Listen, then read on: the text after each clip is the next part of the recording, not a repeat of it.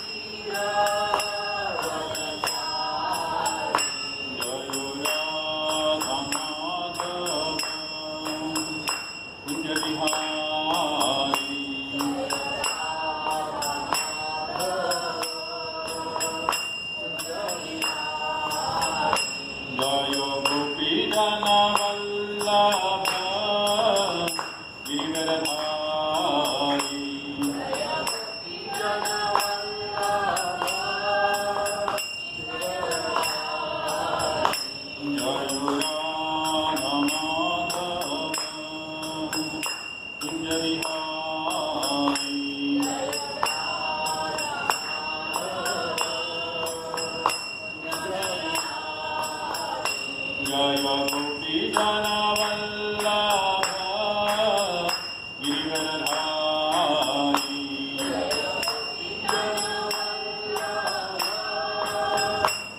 Yashodanandan Vraj जनरञ्जन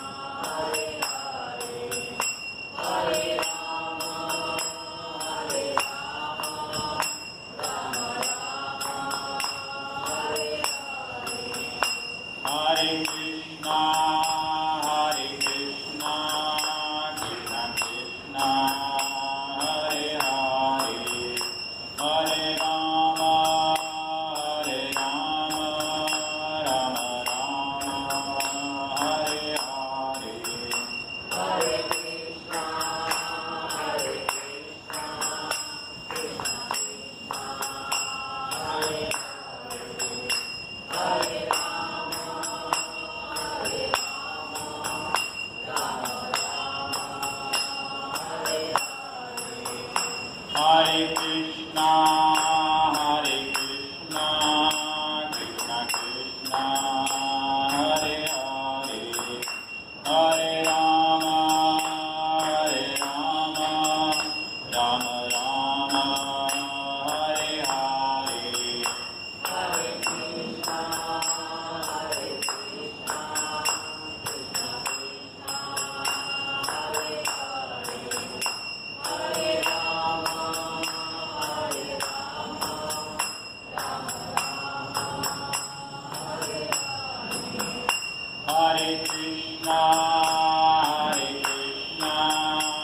Krishna Krishna, Hare Hare, Hare Rama, Rama Rama, Hare Hare. Hare Krishna, Krishna Krishna, Hare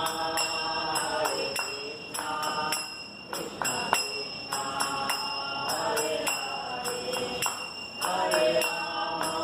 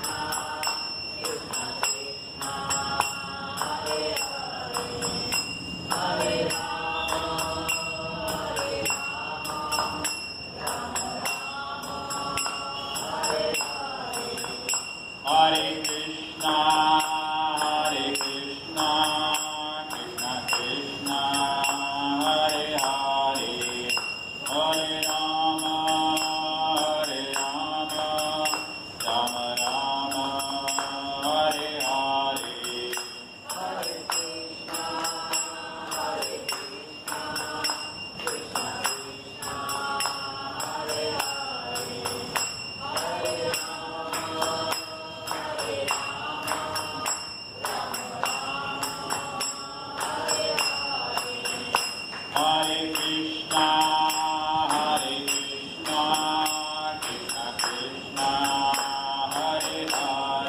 Hare Hare, Hare Rama, Rama Rama, Hare Hare.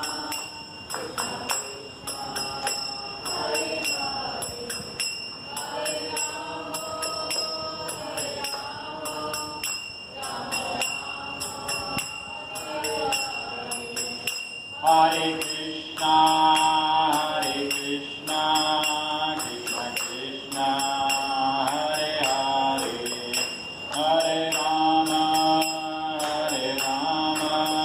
Rama Rama, Hare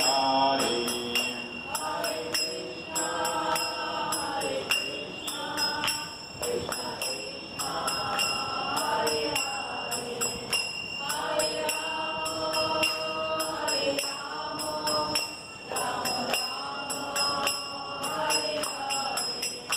Hare Krishna, Krishna Krishna, Hare Hare, Hare Rama, Hare Krishna, Krishna Krishna, Hare Hare, Hare Rama, Rama Rama, Hare Hare.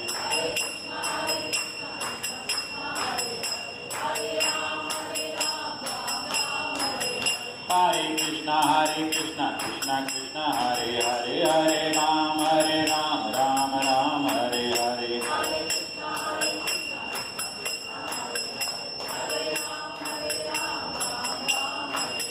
Hare Krishna, Krishna Krishna, Hare Hare, Hare Rama, Hare Krishna, Krishna Krishna, Hare Hare, Hare Ram, Ram Ram, Hare Hare.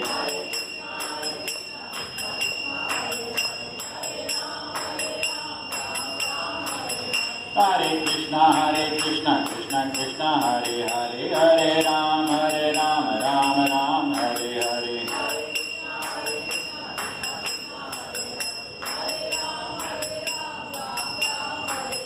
Hare Krishna, Krishna Krishna, Hare Hare, Hare Ram, Ram Ram, Hare Hare.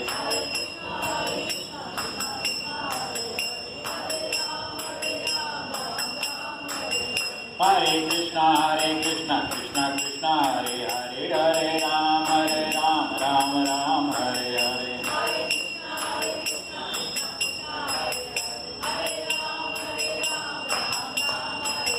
Hare Krishna Krishna Krishna Hare Hare Hare Ram Ram Ram Hare Hare.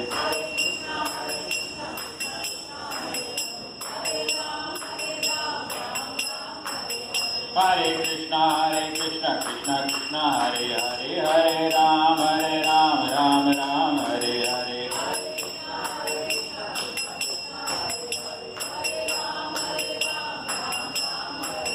Hare Krishna Krishna Krishna Hare Hare Hare Ram Ram Hare Hare.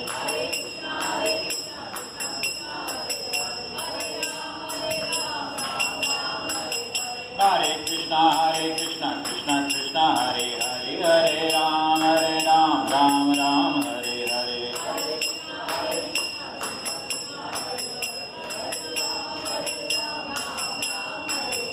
Jayo Radha Gopinath Radha Gopinath Radhe.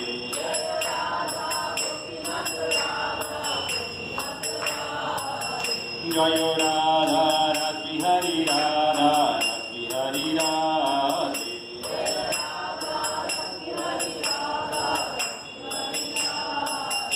Jayo Radha Giridhari Radha Giridhari Radhe.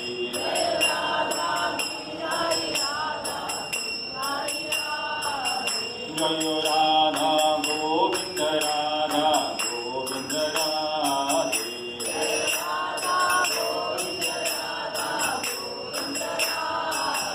Jayo Radha Madhava Radha Madhava Radhe.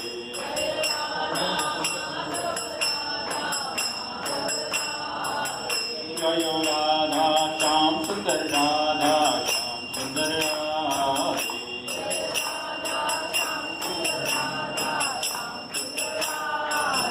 Jayo Krishna Balaram Krishna Balaram Krishna Balaram Jayo Krishna Balaram.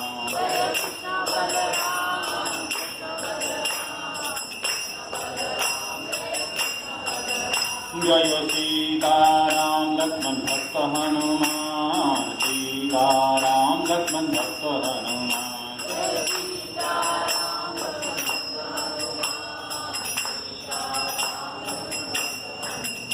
Jaya Jagannatha Jaya Jagannatha Jaya Baladeva Jaya Subhadra.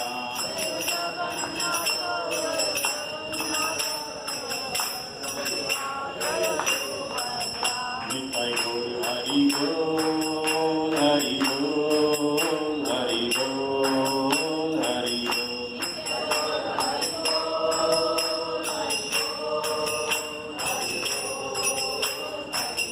Jaya Jaya Jaya Jaya Prabhupada Prabhupada Prabhupada Prabhupada.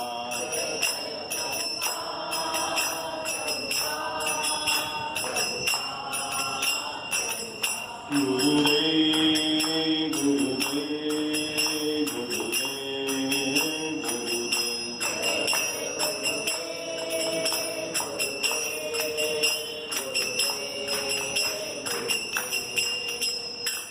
नाम संकीर्तन की भक्तिवेदांत स्वामी श्री प्रभुपाद की अनंत कोटि वैष्णव वृंद की नामाचार्य श्री हरिदास ठाकुर की प्रेम से कहो श्री कृष्ण चैतन्य प्रभु नित्यानंद श्री अद्वैत गदाधर शिवासादि गौर भक्त वृंद की श्री श्री राधा कृष्ण श्याम कुंड राधा कुंड गिरिवर्धन की हरे कृष्ण महामंत्र की वृंदावन नवद्वीप धाम की पंढरपुर उड़पी धाम की पुरुषोत्तम क्षेत्र जगन्नाथपुरी धाम की हरे कृष्ण।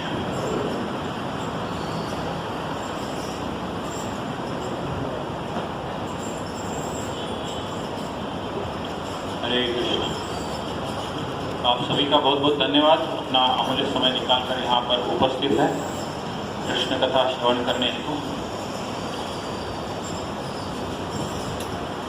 ओम नमो भगवते वासुदेवाय।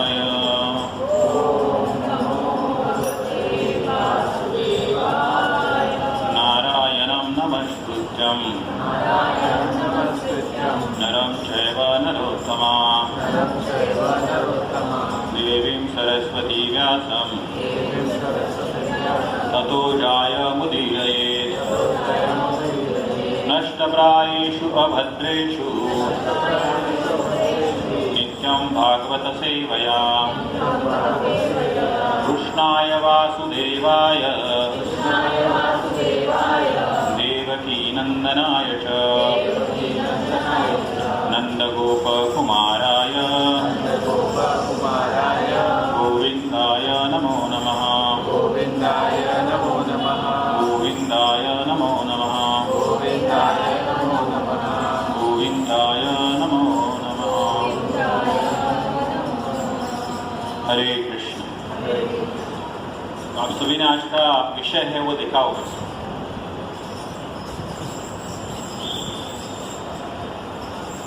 क्या है विषय आज का? नाम संकीर्तन की महिमा, glories of the holy name.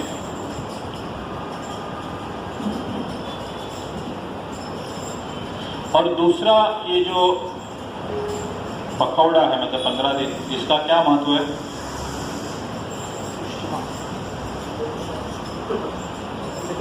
Pitrupaksha, जिसको जनरली हम क्या समझते हैं? अनऑस्पिशियस समझते हैं, मतलब it is not that auspicious, ये पुण्य का काल नहीं है। और ऐसे समय प्रभुपाद जी ने अमेरिका में हरिनाम का उत्सव शुरू किया। तो ये एक विरोधाभास है, बट हरिनाम की यही महिमा है। मतलब वो नाम कभी अपवित्र नहीं होता है, स्थल काल पात्र के अनुसार इसका कोई महत्व नहीं है। वो इट इज इटर्नल, इतना प्योर है वो कि उसको कोई सीमा बांध नहीं सकती है। तो ये प्रभुपाद जी का हम जितना ये करें उतना कम है। तो आज हम इस विषय में चर्चा करेंगे, क्योंकि ये जो दिन है, इसी दिन को हरिनाम का जो वितरण है प्रभुपाद जी ने पूरी दुनिया के लिए खोल दिया था।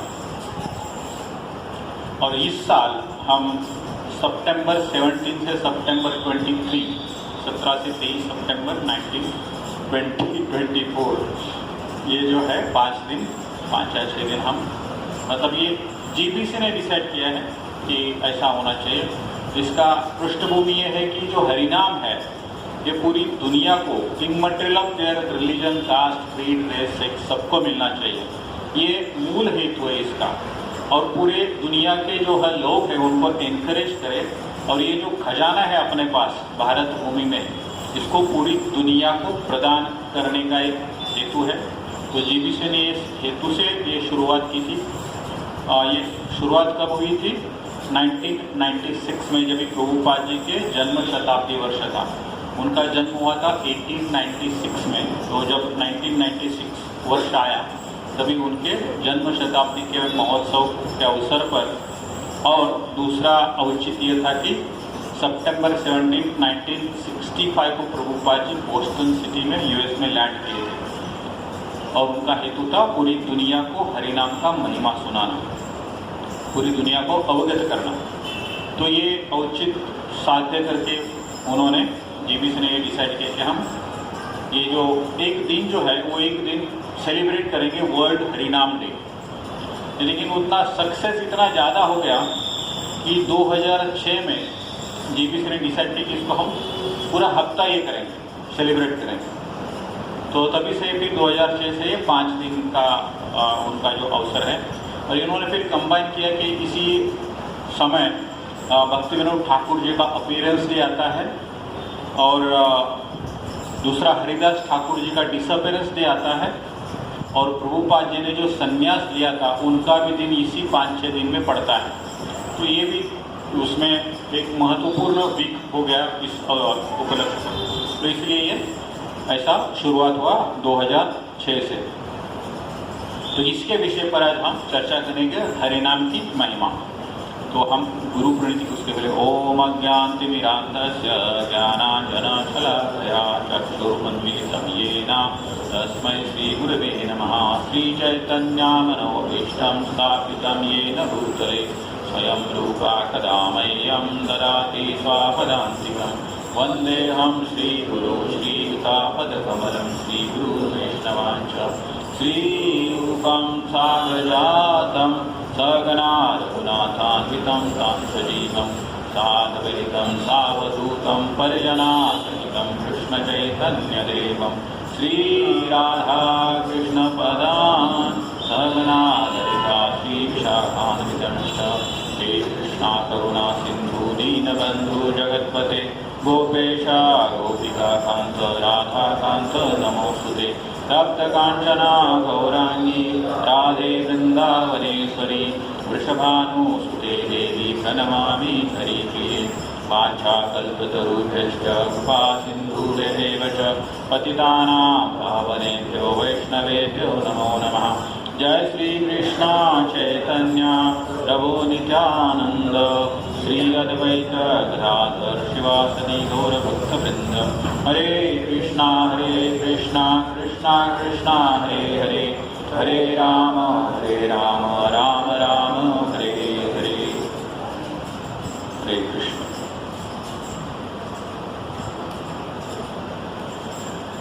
तो कुछ कहने से पहले मैं आप सभी का आशीर्वाद चाहूँगा, जबकि हरिनाम के ऊपर बात करने की कोई योग्यता नहीं है, बट आप सभी के आशीर्वाद से और गुरु महाराज की सेवा में कुछ कहने का प्रयास करते हैं।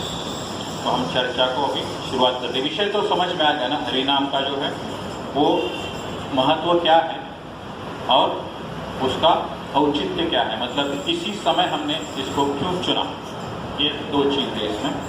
तो आप सभी अपना अमूल्य समय निकाल कर यहाँ पर पधारे, इसलिए आप सभी का बहुत बहुत धन्यवाद। आशा है मैं आपको इस विषय पर कुछ ज्ञान प्रदान कर सकूँ। तो हम शुरुआत करते हैं। इसका शुरुआत होती है कहाँ से होती है? श्रीमद् भागवतम से। इसके लिए ये समझने के लिए हम कुछ रेफरेंस ले लेंगे। जनरली क्या होता है रेफरेंस? भागवतम होता है, भगवद गीता होता है। मैक्सिमम टाइम्स हम इन्हीं को रेफर करते हैं। तो भागवतम का जो शुरुआत ऐसा होता है, व्यासदेव जी ने भागवतम की रचना की, आप सभी जानते हैं। एक्चुअली उसके पहले उन्होंने क्या किया, सारे वेदों की रचना की थी और महाभारत की भी रचना की थी। लेकिन उनको क्या लग रहा था, अधूरा महसूस कर रहे थे। उनको लगता था कि कुछ तो मिसिंग है, there is something missing in my endeavour. मैं ये पूरा मनुष्य जाति के उद्धार के लिए सारे वेदों की रचना की है, महाभारत का भी रचना की है, परंतु मैं सेटिस्फाई नहीं हूँ।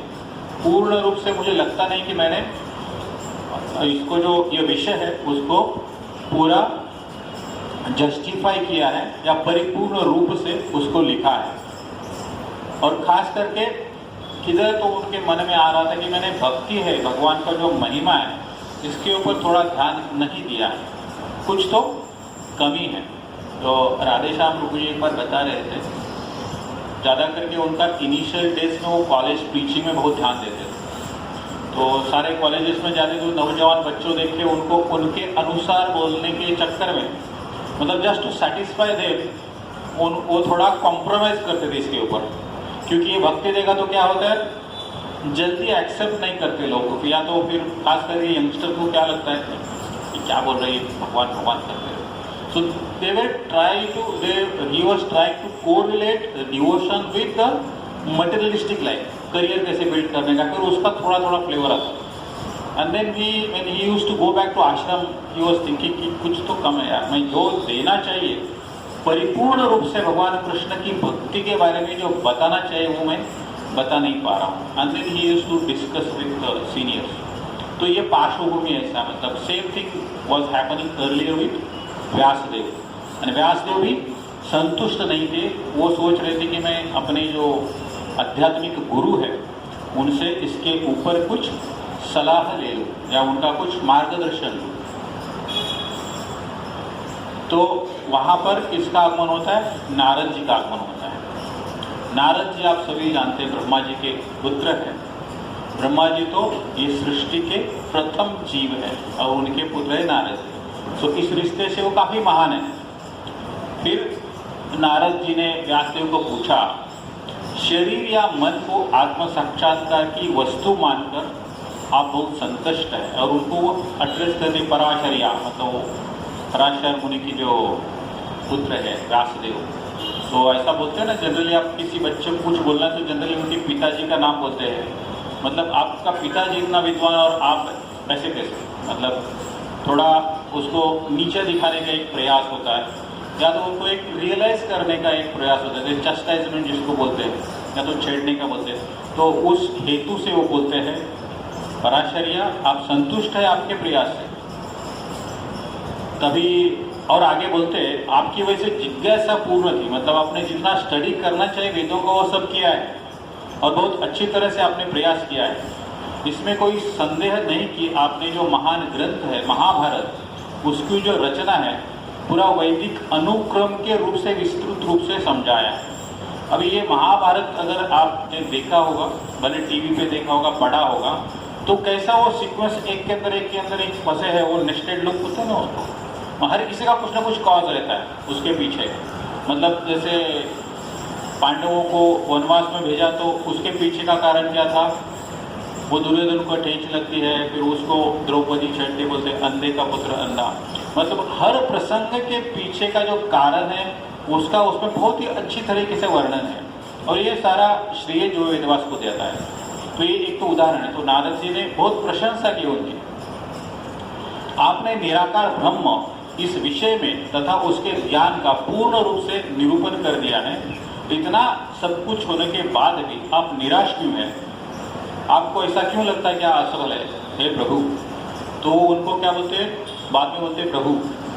ये प्रभु शब्द उधर तभी से चल रहा है, इसलिए आजकल हम भी जब कोई किसी जेंट को एड्रेस करते हैं प्रभु बोलते हैं, और वैष्णवी को माता जी बोलते हैं, just out of respect, so that we express एक रिस्पेक्ट और एक अच्छा फीलिंग आता है। तो ये प्रभु यहाँ से शुरू होता है। नारद जी व्यासदेव को हे प्रभु ऐसा एड्रेस करते हैं। फिर व्यासदेव बताते हैं उनको, आपने मेरे विषय में जो भी कुछ कहा है वो सही है, मतलब जो भी मैंने प्रयास किया है या महाभारत की जो घटना है इसका वर्णन एक बहुत ही विस्तृत रूप से किया है, ये सब सही है, फिर भी मैं शांत नहीं हूँ, सेटिस्फाई नहीं हूँ, परिपूर्ण समाधान नहीं है। ऐसा क्यों होता है? असंतोष का कारण क्या है? ये व्यासदेव नारद मुनि को पूछते हैं। क्योंकि आप स्वयंभू ब्रह्मा की संतान होने के कारण आप असीम ज्ञानी हैं, आपका जो ज्ञान है अगाध है, उसका कोई सीमा ही नहीं है। और ये इसका जो संदर्भ दूसरा आता है, देवहूति माता बोलती है कि ब्रह्मा जी जो है वो अजन्मा है, क्योंकि वो कमल के पुष्प से जन्म लेते हैं। और कमल का पुष्प कहाँ से आता है? भगवान की नाभि से आता है। तो ये एक संदर्भ आता है यहाँ पर भागवतम में। तो अभी ये ज्ञान की शुरुआत कहाँ से हुई? नारद मुनि से हुई। ये साथ समझना बहुत आवश्यक है। नारद मुनि मतलब अल्टीमेट अथॉरिटी है। जैसे भी हमको बोलता है प्रभुपाद जी ने 16 माला करने को, तो हम ज़्यादा सवाल नहीं करते हैं, करना है तो करना है, क्योंकि एक अथॉरिटी होती है उनका, एक उन्होंने जितना भी तपस्या की है उसके प्रति हमारा एक श्रद्धा होती है। तो उसी प्रकार ये जो भक्ति का मार्ग है उसकी शुरुआत नारद जी ने की है, क्योंकि व्यासदेव को फिर वो समझाते हैं कि कहाँ पर आपकी चूक हुई। तो थोड़ा हम नारद मुनि के बारे में समझते हैं ताकि हमें उनका जो भी फिलॉसफी है वो समझने में आसानी हो। नारद मुनि जो है वो ही इज़ वन ऑफ द 12 महाजन्स। महाजन कितने हैं? 12 महाजन हैं। महाजन मतलब जिनको पूर्ण पुरुषोत्तम भगवान का 100% ज्ञान होता है, उनके ऊपर और किसी को ज्ञान नहीं होता है। कंप्लीट नॉलेज अबाउट लॉर्ड्स अवतार, ये होते हैं महाजन। और दूसरा है नारद मुनि का, भागवत में जितने भी कैंटो है, कितने कैंटो है? स्कंद 12। हर स्कंद में उनका वर्णन आता है। तो उनके वैशिष्ट्य जो है नारद मुनि का, उसके बारे में थोड़ा हम चर्चा करते हैं।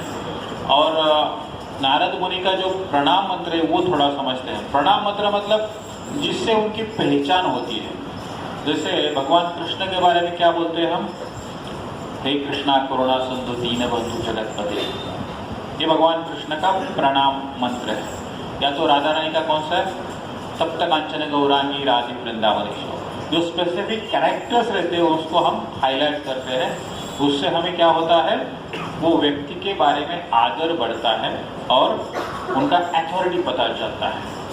ये मटेरियलिस्टिक लाइफ में भी हम देख सकते हैं। भारत के सर्वोच्च न्यायाधीश, तो उससे पता चलता है कि उनका रोल क्या है, अथॉरिटी क्या है। न्यायाधीश बोले तो he has got full right to deliver justice, ये प्रतीत होता है उसमें। उसी प्रकार हर जो कैरेक्टर है महाभारत का या वेदों का, उनका एक प्रणाम मंत्र होता है। तो नारद जी का प्रमाण मंत्र क्या है, प्रणाम मंत्र क्या है? उत्संगत ब्राह्मणो जातो, ऐसा शुरुआत होता है, उत्संगत ब्राह्मणो जातो। इसका अर्थ क्या होता है? उत्संगत मतलब उदर से, ब्रह्मा के उदर से जिनका जन्म हुआ है, उत्संगत ब्राह्मणो जातो हो। जातो मतलब जन्म, ये पहला वाक्य है उसमें से। और दूसरा है यस्य अहम आत्मन विद्यते, यस्य अहम आत्मन विद्यते। यस्य मतलब जिनका, अहम मतलब गर्व, अभिमान, न विद्यते मतलब उनके पास कोई अहंकार नहीं है। पहले अहंकार क्लेश मात्र भी नहीं है, ये नारद की दूसरी कैरेक्टरिस्टिक है। और भगवान जब भी उनका कुछ कार्य करना है और उनका जब बुद्धि सीमित होती है तो नारद जी को नियुक्त करते हैं। इस प्रसंग में भी हम समझ सकते हैं, खुद नहीं, नारद जी के द्वारा वो कार्य करते हैं, उनको पता है वो बहुत अच्छे से कर पाएंगे। तो ये हो गया दूसरा कैरेक्टर, यस्य अहम आत्मन विद्यते। तीसरा है अगुप्त श्रुति चरित्रम। अगुप्त श्रुति चरित्रम, अगुप्त का अर्थ क्या होगा? ओपन। गुप्त मतलब ढका हुआ, हिडन। अगुप्त मतलब हिडन नहीं, open, open to everyone. What is that open? चरित्रम। उनका जो चरित्र है वो क्या है? अगुप्त है, ओपन है, एवरीवन नोज।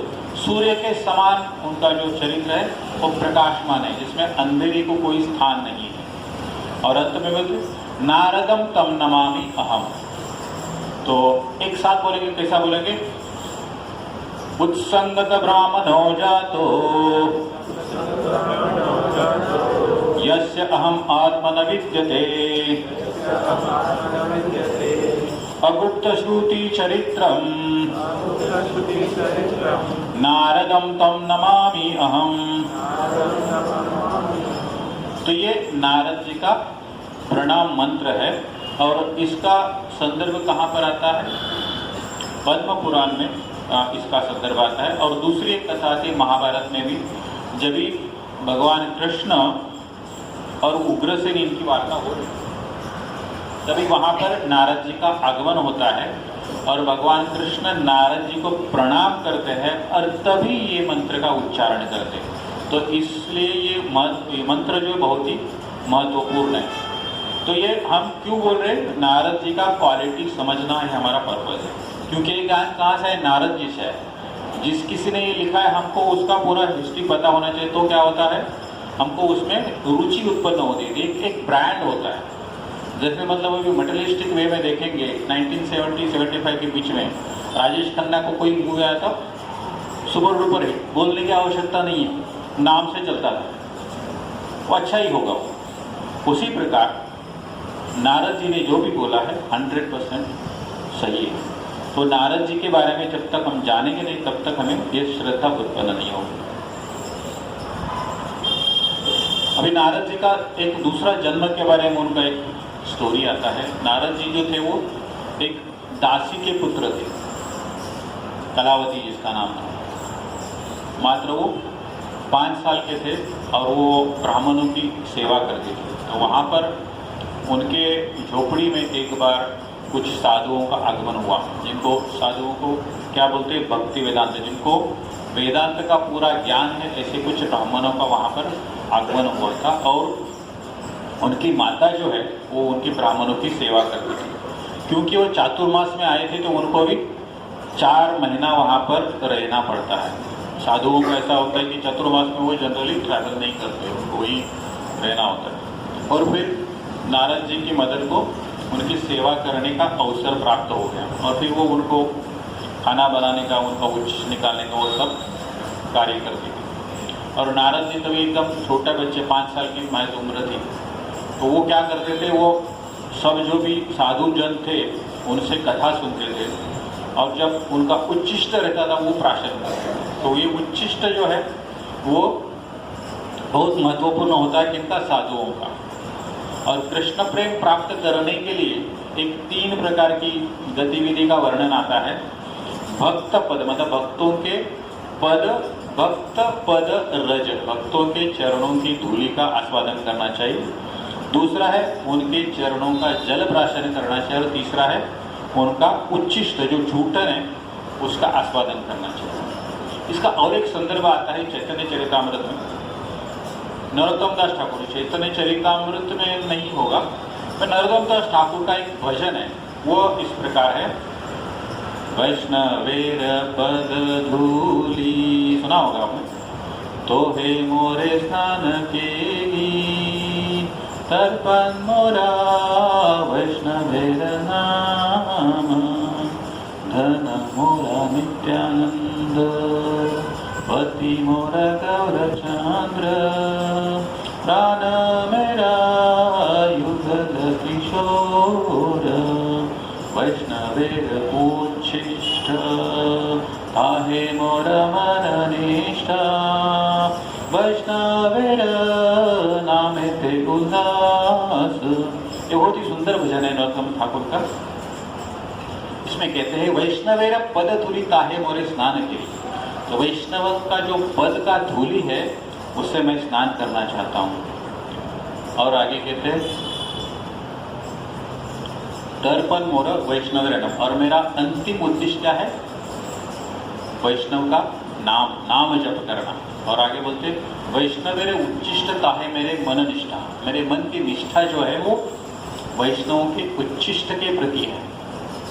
और वैष्णव नामे से उल्लास, और उनका जो नाम है वो नाम जप करने में मुझे आनंद आता है, उल्लास आता है। तो हम जब भी जाप करते हैं तो सबसे महत्वपूर्ण क्या है? हमें नाम में रुचि आना चाहिए, उल्लास आना चाहिए। हमें क्या आता है? जनरली नींद आता है, खास करके सुबह करके तो बहुत नींद आता है। 4 बजे उठ के अगर करना है ब्रह्म मुहूर्त में तो बहुत नींद आता है। क्यों? क्योंकि हमें उल्लास नहीं आता है। लेकिन ये जो आचार्य है इनका जो वचन है इससे हमें समझने का प्रयास करना चाहिए कि जब करते वक्त उल्लास आना, आनंद लेना, रुचि लेना बहुत ही महत्वपूर्ण है। तो इस प्रकार ये जो 3 प्रक्रिया है वो भक्ति में आगे बढ़ने के लिए बहुत ही आवश्यक है। तो हम अभी वापस आते नारद मुनि की कथा पे। एक्चुअली हमने नारद से शुरुआत किया था, ये रेफरेंस आ गया आगे। तो एक दिन क्या हुआ, नारद मुनि के जो मदर थी वो रात को किसी के गाय का दूध निकालने गई थी। वो तो सेवा करती थी ब्राह्मणों की, और उधर उसको सर्पदंश हो गया और उसकी मृत्यु हो गई। तो बेचारे नारद कितने, सिर्फ 5 साल की उम्र में अपनी माँ को खो दी। और उन्होंने सोचा कि ये भगवान की मेरे लिए स्पेशल मर्जी, स्पेशल कृपा है। अभी ये भी देखो, अपना जो किसी भी घटना की तरफ देखने का जो नज़रिया होता है वो अगर हम उस प्रकार की एसोसिएशन करेंगे तो बदल जाता है। क्योंकि उनको वो साधुओं की अहेतु की कृपा मिली थी, उनका संग मिला था। उसकी वजह से उन्होंने क्या सोचा कि भगवान की ये मेरे ऊपर कृपा ही है कि मेरी माता का मृत्यु हो गया। उन्होंने जिस घर में मृत्यु हुई उसी झोपड़ी को जलाकर उसका वहाँ पर अंतिम संस्कार किया और वो उत्तर दिशा की तरफ चलने लगे। 5 साल का लड़का चलते चलते चलते चलते जा रहा है। रास्ते में उसको कितने सारे जंगल मिले, खदान मिले, सरोवर देखे उन्होंने। और फिर एक जगह पे पूरी तरह से थकने के बाद एक पीपल का जो वृक्ष था उसके नीचे विराम करने लगे। तब तक उनको बहुत भूख और प्यास भी लगी थी। और फिर उन्होंने वो जो सरोवर था उधर का थोड़ा जल प्राशन किया, स्नान किया, और वो पीपल के वृक्ष के छाया में बैठ गए। और फिर उन्होंने ध्यान लगाने का प्रयास किया, मतलब अपना जो परमात्मा है उसके ऊपर ध्यान एकत्रित करने का प्रयास किया। और फिर वो परमात्मा के थ्रू भगवान के चरण कमलों का ध्यान करने लगे। लेकिन उनका ये जो संकल्प इतना दृढ़ था कि वहाँ पर साक्षात भगवान कृष्ण ने उनको दर्शन दिए और नारद मुनि बहुत प्रसन्न हो गए। मतलब उनके जीवन का जो एक लक्ष्य था वो उनको उस माध्यम से प्राप्त हुए, बहुत ही प्रसन्न हो गए। किंतु कुछ ही पलों में भगवान अदृश्य हो गए। तभी नारद उनको विनती करने लगे कि मुझे तो निरंतर देखना है आपका ये रूप और आप अदृश्य हो गए, तो ये तो अच्छा नहीं है। काफी दुखी हो गए। मैं ऐसा आपका जो दर्शन है वह निरंतर करना चाहता हूँ, ये उनकी इच्छा थी। भगवान का यह रूप अपने मन की इच्छा पूर्ण करता है। मन में जो इच्छा है, ये रूप से क्या होता है, मन की इच्छा पूर्ण होती है और सारे जो मन में क्लेश है वो दूर होते हैं। किंतु भगवान क्या हो गया, इनका क्लेश तो दूर हो गया, इच्छा भक्ति की थी वो पूर्ण हो गई, लेकिन वो अदृश्य हो गए। और नारद मुनि ये दृश्य निरंतर देखना चाहते हैं। तभी क्या होता है, तभी आकाशवाणी होती है, भगवान उनको बताते हैं, मैंने तुम्हें इसलिए दर्शन दिया कि आपके जो क्लेश है उसका नाश होना चाहिए। मेरी भक्ति में जो भी लीन रहता है उसकी बुद्धि कभी विफल नहीं होती। भगवान कृष्ण बोलते हैं नारद मुनि को। तो भक्ति में लीन होना कितना आवश्यक है, तभी आपकी जो बुद्धि है वो भ्रष्ट नहीं होती, तब आप अपराध नहीं कर सकते। उसके लिए लेकिन भगवान के प्रति हमारी श्रद्धा होनी चाहिए और हमारा जो लक्ष्य है वो लीन होना चाहिए उनमें। सृष्टि के निर्माण और अंत के समय भी आपको मेरी याद आएगी, मतलब आपकी जो मुक्ति होगी परमानेंट होगी। कितनी भी बार ये कितने भी कल्प जाने दो, जो बोलते हैं ना, जो टाइम का साइकिल होता है 4,32,000 साल का एक युग वगैरह, वो सब आपके ऊपर लागू नहीं होगा। इस कितना भगवान कृष्ण उनको आश्वासन देते हैं। इस प्रकार उनको बताते हैं कि आप सिर्फ मेरे नाम का गुणगान करो और उस रूप में मैं आपको मिल जाऊंगा, मतलब आप मुझे प्राप्त कर सकते हैं। तो हरिनाम की महिमा जानने का ये प्रसंग आता है भागवत। तो ये भी समझना बहुत आवश्यक है, क्योंकि अभी हरिनाम की चर्चा करें तो हरिनाम से रिलेटेड जो भी बातें लिखी गई हैं शास्त्रों में, उसके ऊपर हम धीरे धीरे वर्णन करते जाएंगे। तो ये है पहला प्रसंग भागवतम का।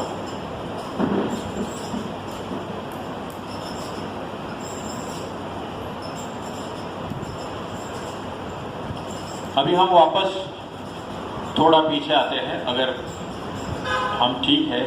कहाँ थे हम? व्यासदेव नारद मुनि को पूछते हैं कि मैं असंतुष्ट क्यों हूँ। वहाँ पर वापस जाना पड़ेगा हमको कथा में। असंतुष्ट हूँ। तो नारद मुनि जो यहाँ पर आए थे, वो उनका जो भी डाउट था, उनके मन में संदेह था, उसका निरसन करना आवश्यक था और डाउट क्लैरिफाई करना आवश्यक था।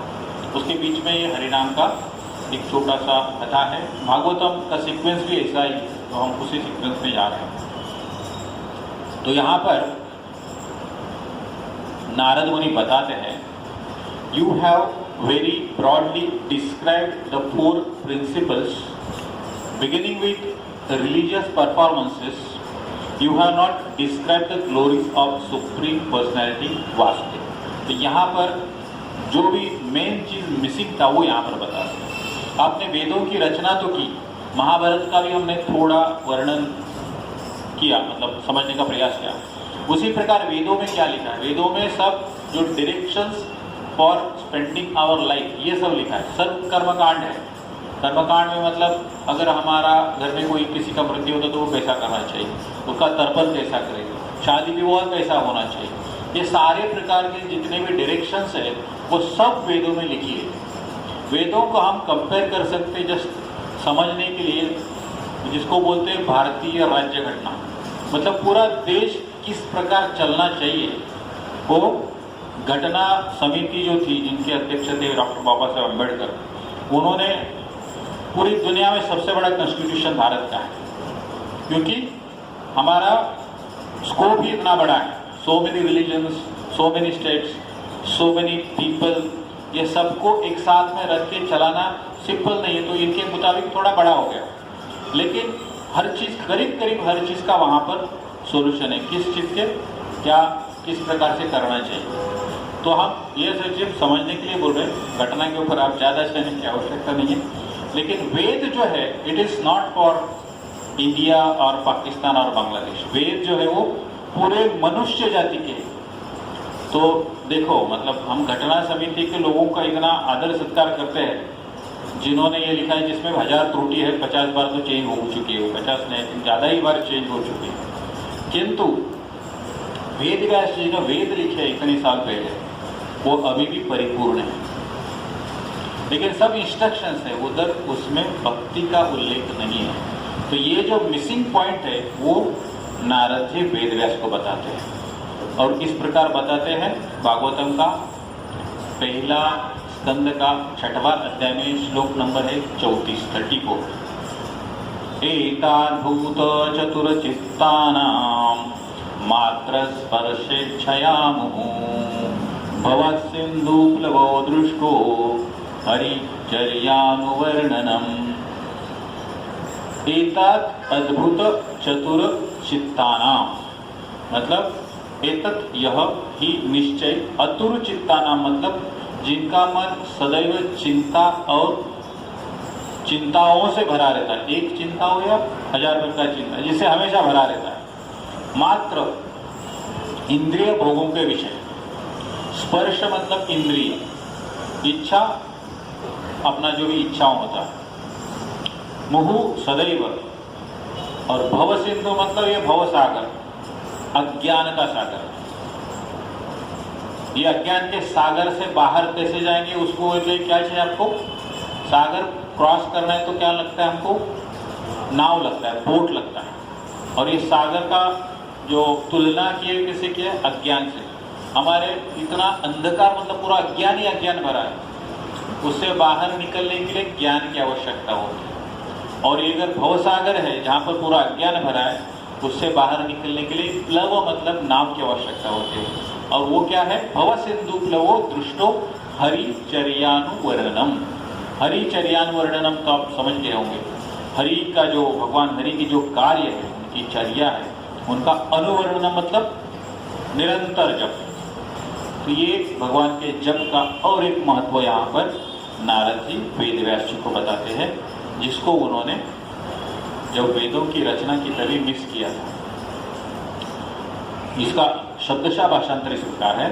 मैंने स्वयं अनुभव किया है कि जो लोग इंद्रियों को अपने विषयों के साथ संपर्क करने की इच्छा के कारण सदैव चिंता में भरे रहते हैं, वे सबसे उपयुक्त नाव भगवान के दिव्य कार्य का निरंतर कीर्तन के द्वारा अज्ञान रूपी सागर को पार कर सकते हैं।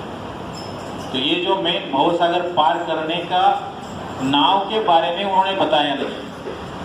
नारद वेदव्यास जी ने बाकी सारा ज्ञान दिया, लेकिन भक्ति का ज्ञान जो था वहाँ पर मिसिंग था। और ये कौन पॉइंट आउट करते हैं? नारद जी वेदव्यास जी को बताते हैं।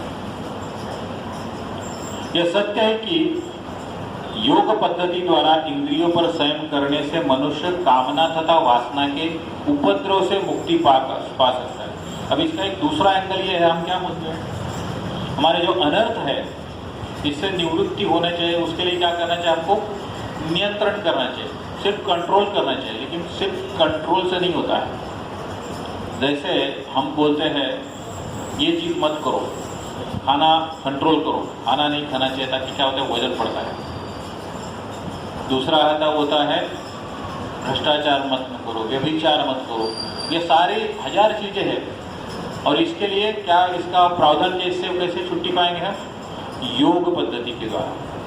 और लेकिन योग से ये हो सकता है क्या? योग खाली नियंत्रण की ही बात करता है। योग क्या करता है? इंद्रियों पर संयम करने से मनुष्य कामना तथा वासना के उपद्रव से मुक्ति पा सकता है, किंतु यह आत्मा को संतुष्टि देने के लिए पर्याप्त नहीं है, क्योंकि कंट्रोल का एक सर्टेन लिमिट होता है, बियॉन्ड दैट नहीं होता है। तो इसके लिए क्या करना पड़ता है? हमारा मन को डाइवर्ट करना पड़ता है, उसको कुछ दूसरा काम दे दो। मन क्या है? चंचल ही मनः कृष्णः। भगवद गीता में अर्जुन बताते पूछते कृष्ण को, मन इतना चंचल है कि उसको हम कैसे कंट्रोल करें? कंट्रोल करना बहुत मुश्किल है, कुछ ना कुछ तो सोचते रहता है, कुछ ना कुछ करते रहता है।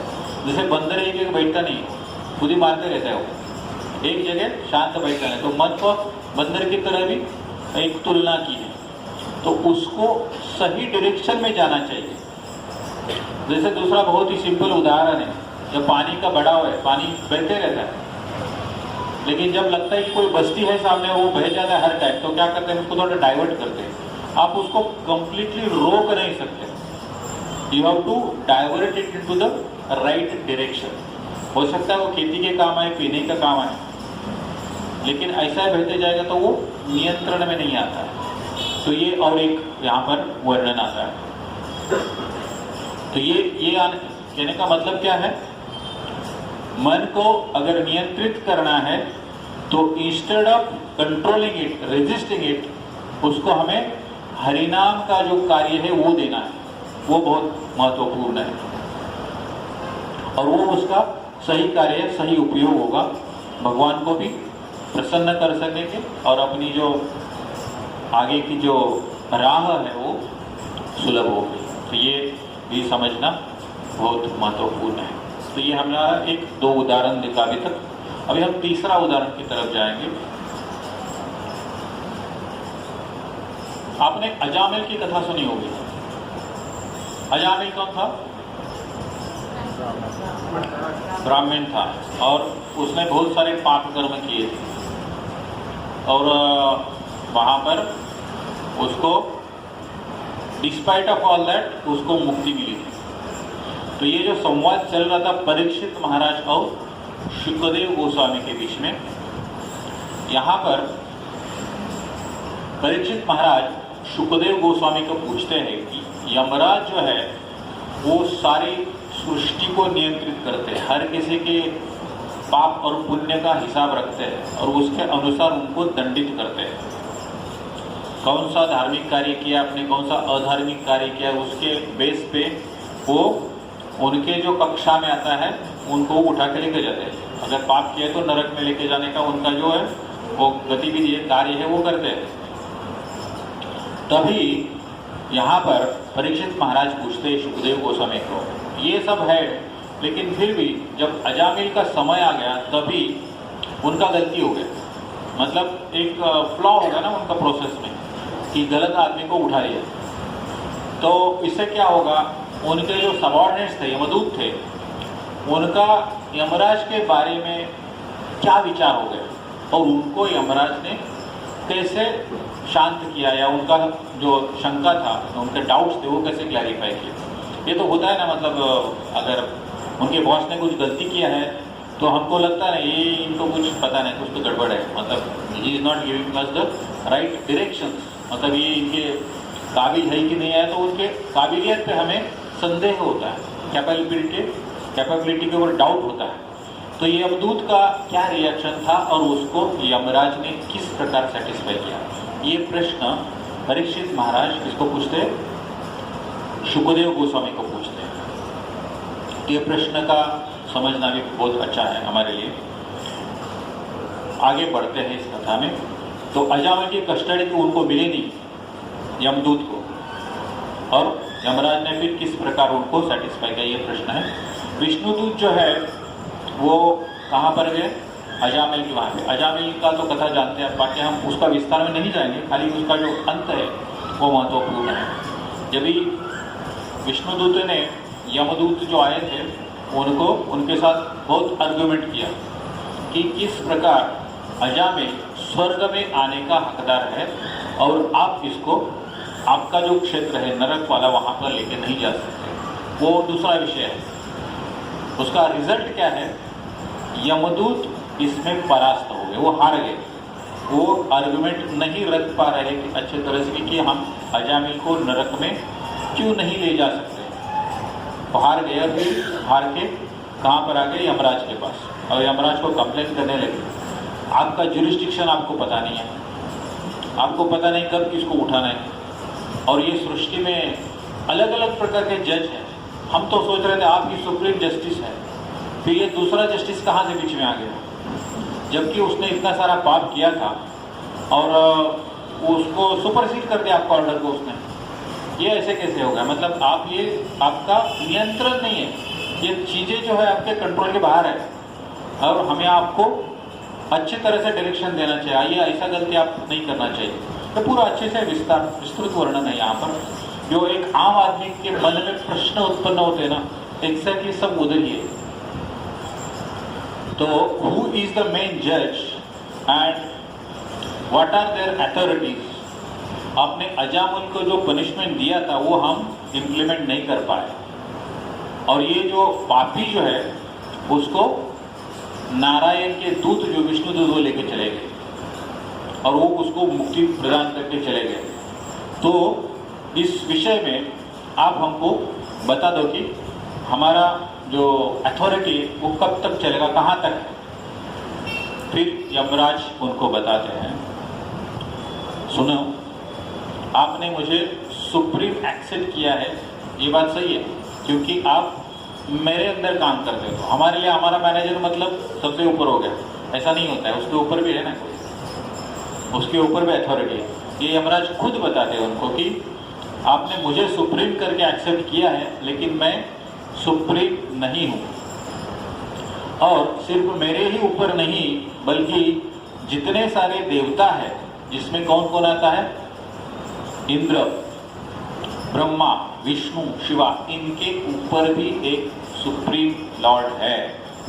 इसमें आगे विस्तार से वो बताते हैं, जैसे ब्रह्मा जी का कार्य होता है निर्माण करना, वो जो समझाते हैं कि हर किसी का अथॉरिटी कहाँ तक है। ब्रह्मा जी का काम है निर्माण करना, और विष्णु का काम है संहारण करना, पालन करना, पालन करना, और शिवा का है संहार करना। उसी प्रकार मेरा है दंड देना, इंद्र का है बारिश, मेंटेनेंस का एक छोटा सा दूसरा पार्ट। तो ये सब समझाते हैं उसको। तो आप अभी तक अंधकार में थे कि आपको लगता था यमराज जी सबसे ऊपर है, बट ऐसा नहीं है।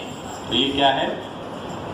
मेरे ऊपर भी सुप्रीम भगवान विष्णु है, ये आप समझ लो। और आगे उदाहरण भी देते हैं उनको, as the different limbs of body cannot see the eyes.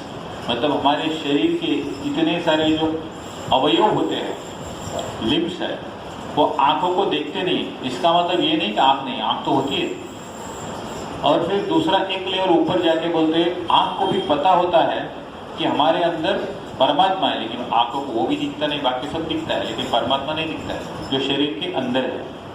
So the living entity cannot see the supreme lord sitting in the form of super soul, who is situated as a super soul in everyone's heart। हर किसी के हृदय में परमात्मा विराजमान है, लेकिन वो आंख देख नहीं सकती है। और हमारे जो शरीर की बाकी सारे अवयव हैं वो आंख को नहीं देख सकते। तो ये यमराज, उनके जो दूत है यमदूत, उनको समझाते हैं।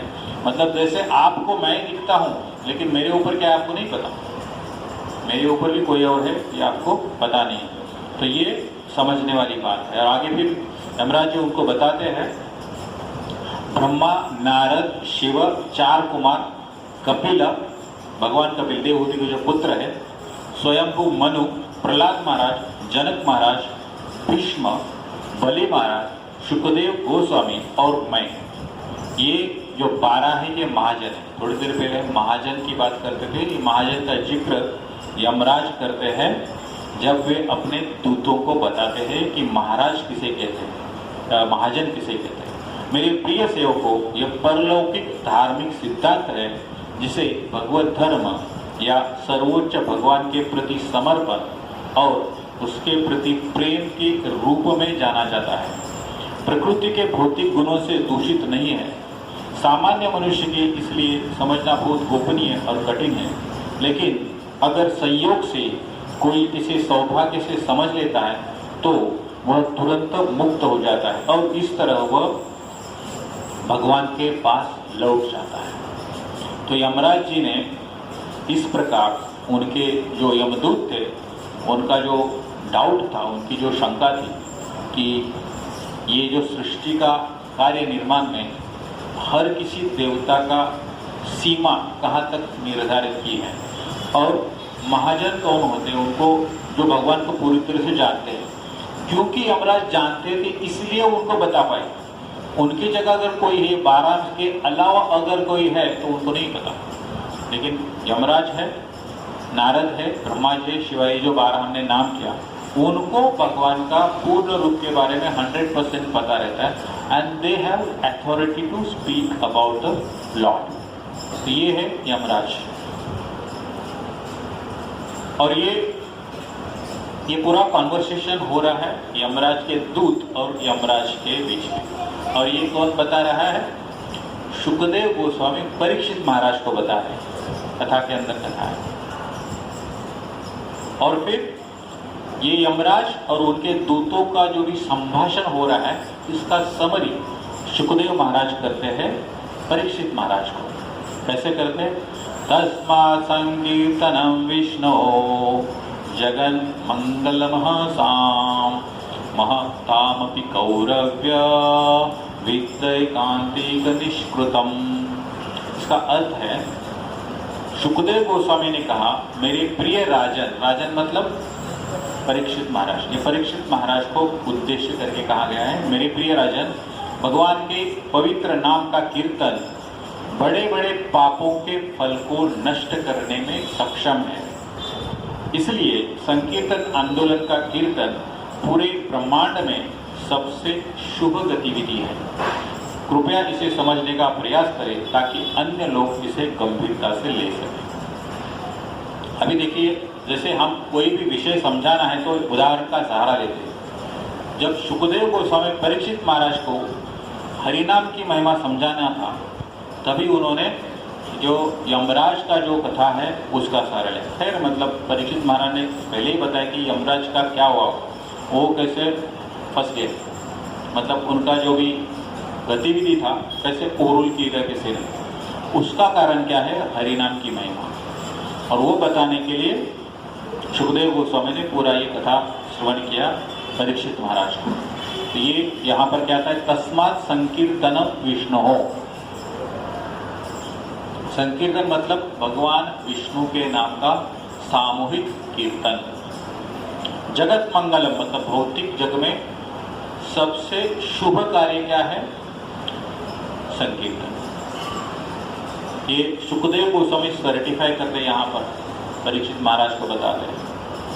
महताम अपि, महताम अपि मतलब भले ही मनुष्य महान हो, कितना भी महान हो, गौरव है गुरु मतलब ये परीक्षित महाराज को बोलते हैं। विद्धि मतलब आप समझ लो, एकांतिक मतलब परम सबसे ऊपर, निष्कृतम मतलब प्रायश्चित, मतलब प्रायश्चित करने का सबसे ऊपर का जो तरीका है वो हरिनाम है। मतलब हमारे, इसका अर्थ ये नहीं कि हमने जितना भी पाप किया हम जाप करके खत्म हो जाएगा, ये उद्देश्य नहीं होना चाहिए। उद्देश्य क्या होना चाहिए? भगवान की सेवा, भगवान की प्राप्ति। जिस प्रकार हम भगवान के लिए भोग बनाते हैं, समझो एक चूल्हा रखा है, चूल्हे के नीचे क्या होता है? लकड़ी होता है जिसको हम जलाते हैं। अभी वहाँ पर दो कैरेक्टर्स हैं, एक अग्नि है, दूसरा लकड़ी है। तो अग्नि का उद्देश्य लकड़ी को जलाना नहीं होना चाहिए। अग्नि का उद्देश्य क्या होना चाहिए? जो भोग बनेगा वो भगवान का संतुष्टि के लिए होना चाहिए। अगर वो सोचेगा खाली मैं किस भी करके लकड़ी को जला दूं, तो बहुत ही संकुचित हो गया हो। उसी प्रकार हम जब जाप करते तो ये सोचना नहीं चाहिए हमारे पाप खत्म हो रहे हैं, मतलब काफी लोअर लेवल पे हो। और जैसे हो गया, अग्नि सोचेगा मैं सिर्फ लकड़ी को जला रहा हूँ, उसके साथ बदला ले रहा हूँ, ऐसा नहीं।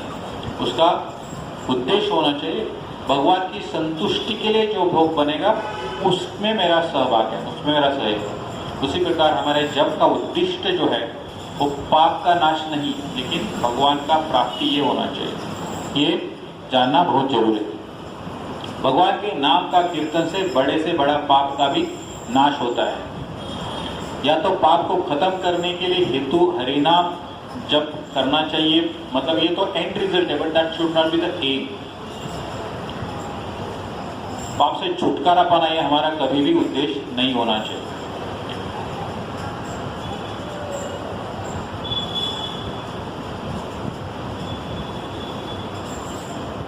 इसमें इस उपलक्ष्य में जीव गोस्वामी भी एक जगह बताते हैं कि हरिनाम तो पहले भी था, सत्ययुग में था, त्रेता युग में था, द्वापर युग में था, अभी भी है। तो फर्क क्या है? नाम मतलब जाप तो तभी भी होता था।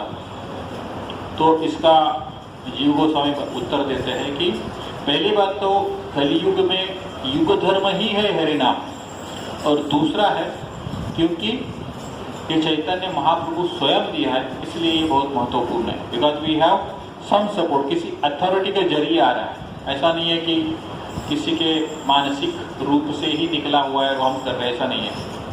चैतन्य महाप्रभु ने स्वयं दिया है। तो ये हम कुछ उदाहरणों से हमें इसको समझने का प्रयास किया। अभी हरिनाम, ये मंत्र, जो इसका अर्थ क्या होता है? मन त्रायते इति मंत्रः, जो मन को तारता है वो है मंत्र, मतलब मन को अच्छी जगह लेता है। जैसे क्षत्रिय का बोलता है क्षत्र त्राय, क्षत्र का नाश करने वाला क्षत्रिय, उसका होता है जो भी दुखियारे लोग होते हैं उनका संरक्षण करना, उनकी पीड़ा को हरना, वो क्षत्रिय। उसी प्रकार मन की पीड़ा को हरने वाला मंत्र।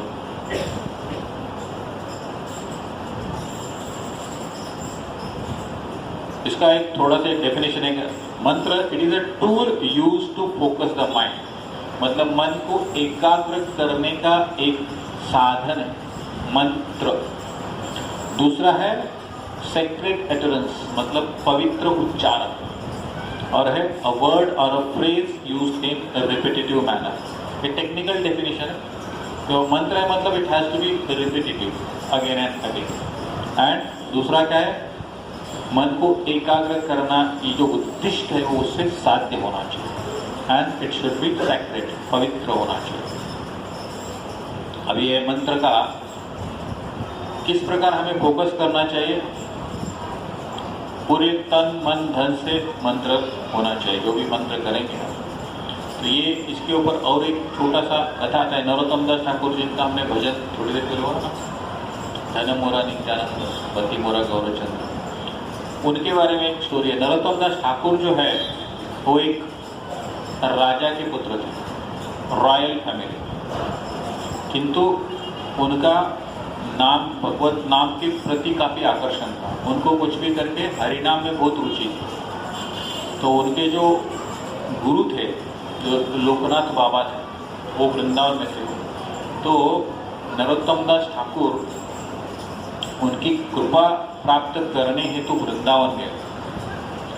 पहले तो उन्होंने उसको बिल्कुल एंटरटेन नहीं किया, क्योंकि आप तो राजा के पुत्र हैं, मैं तो साधु हूँ।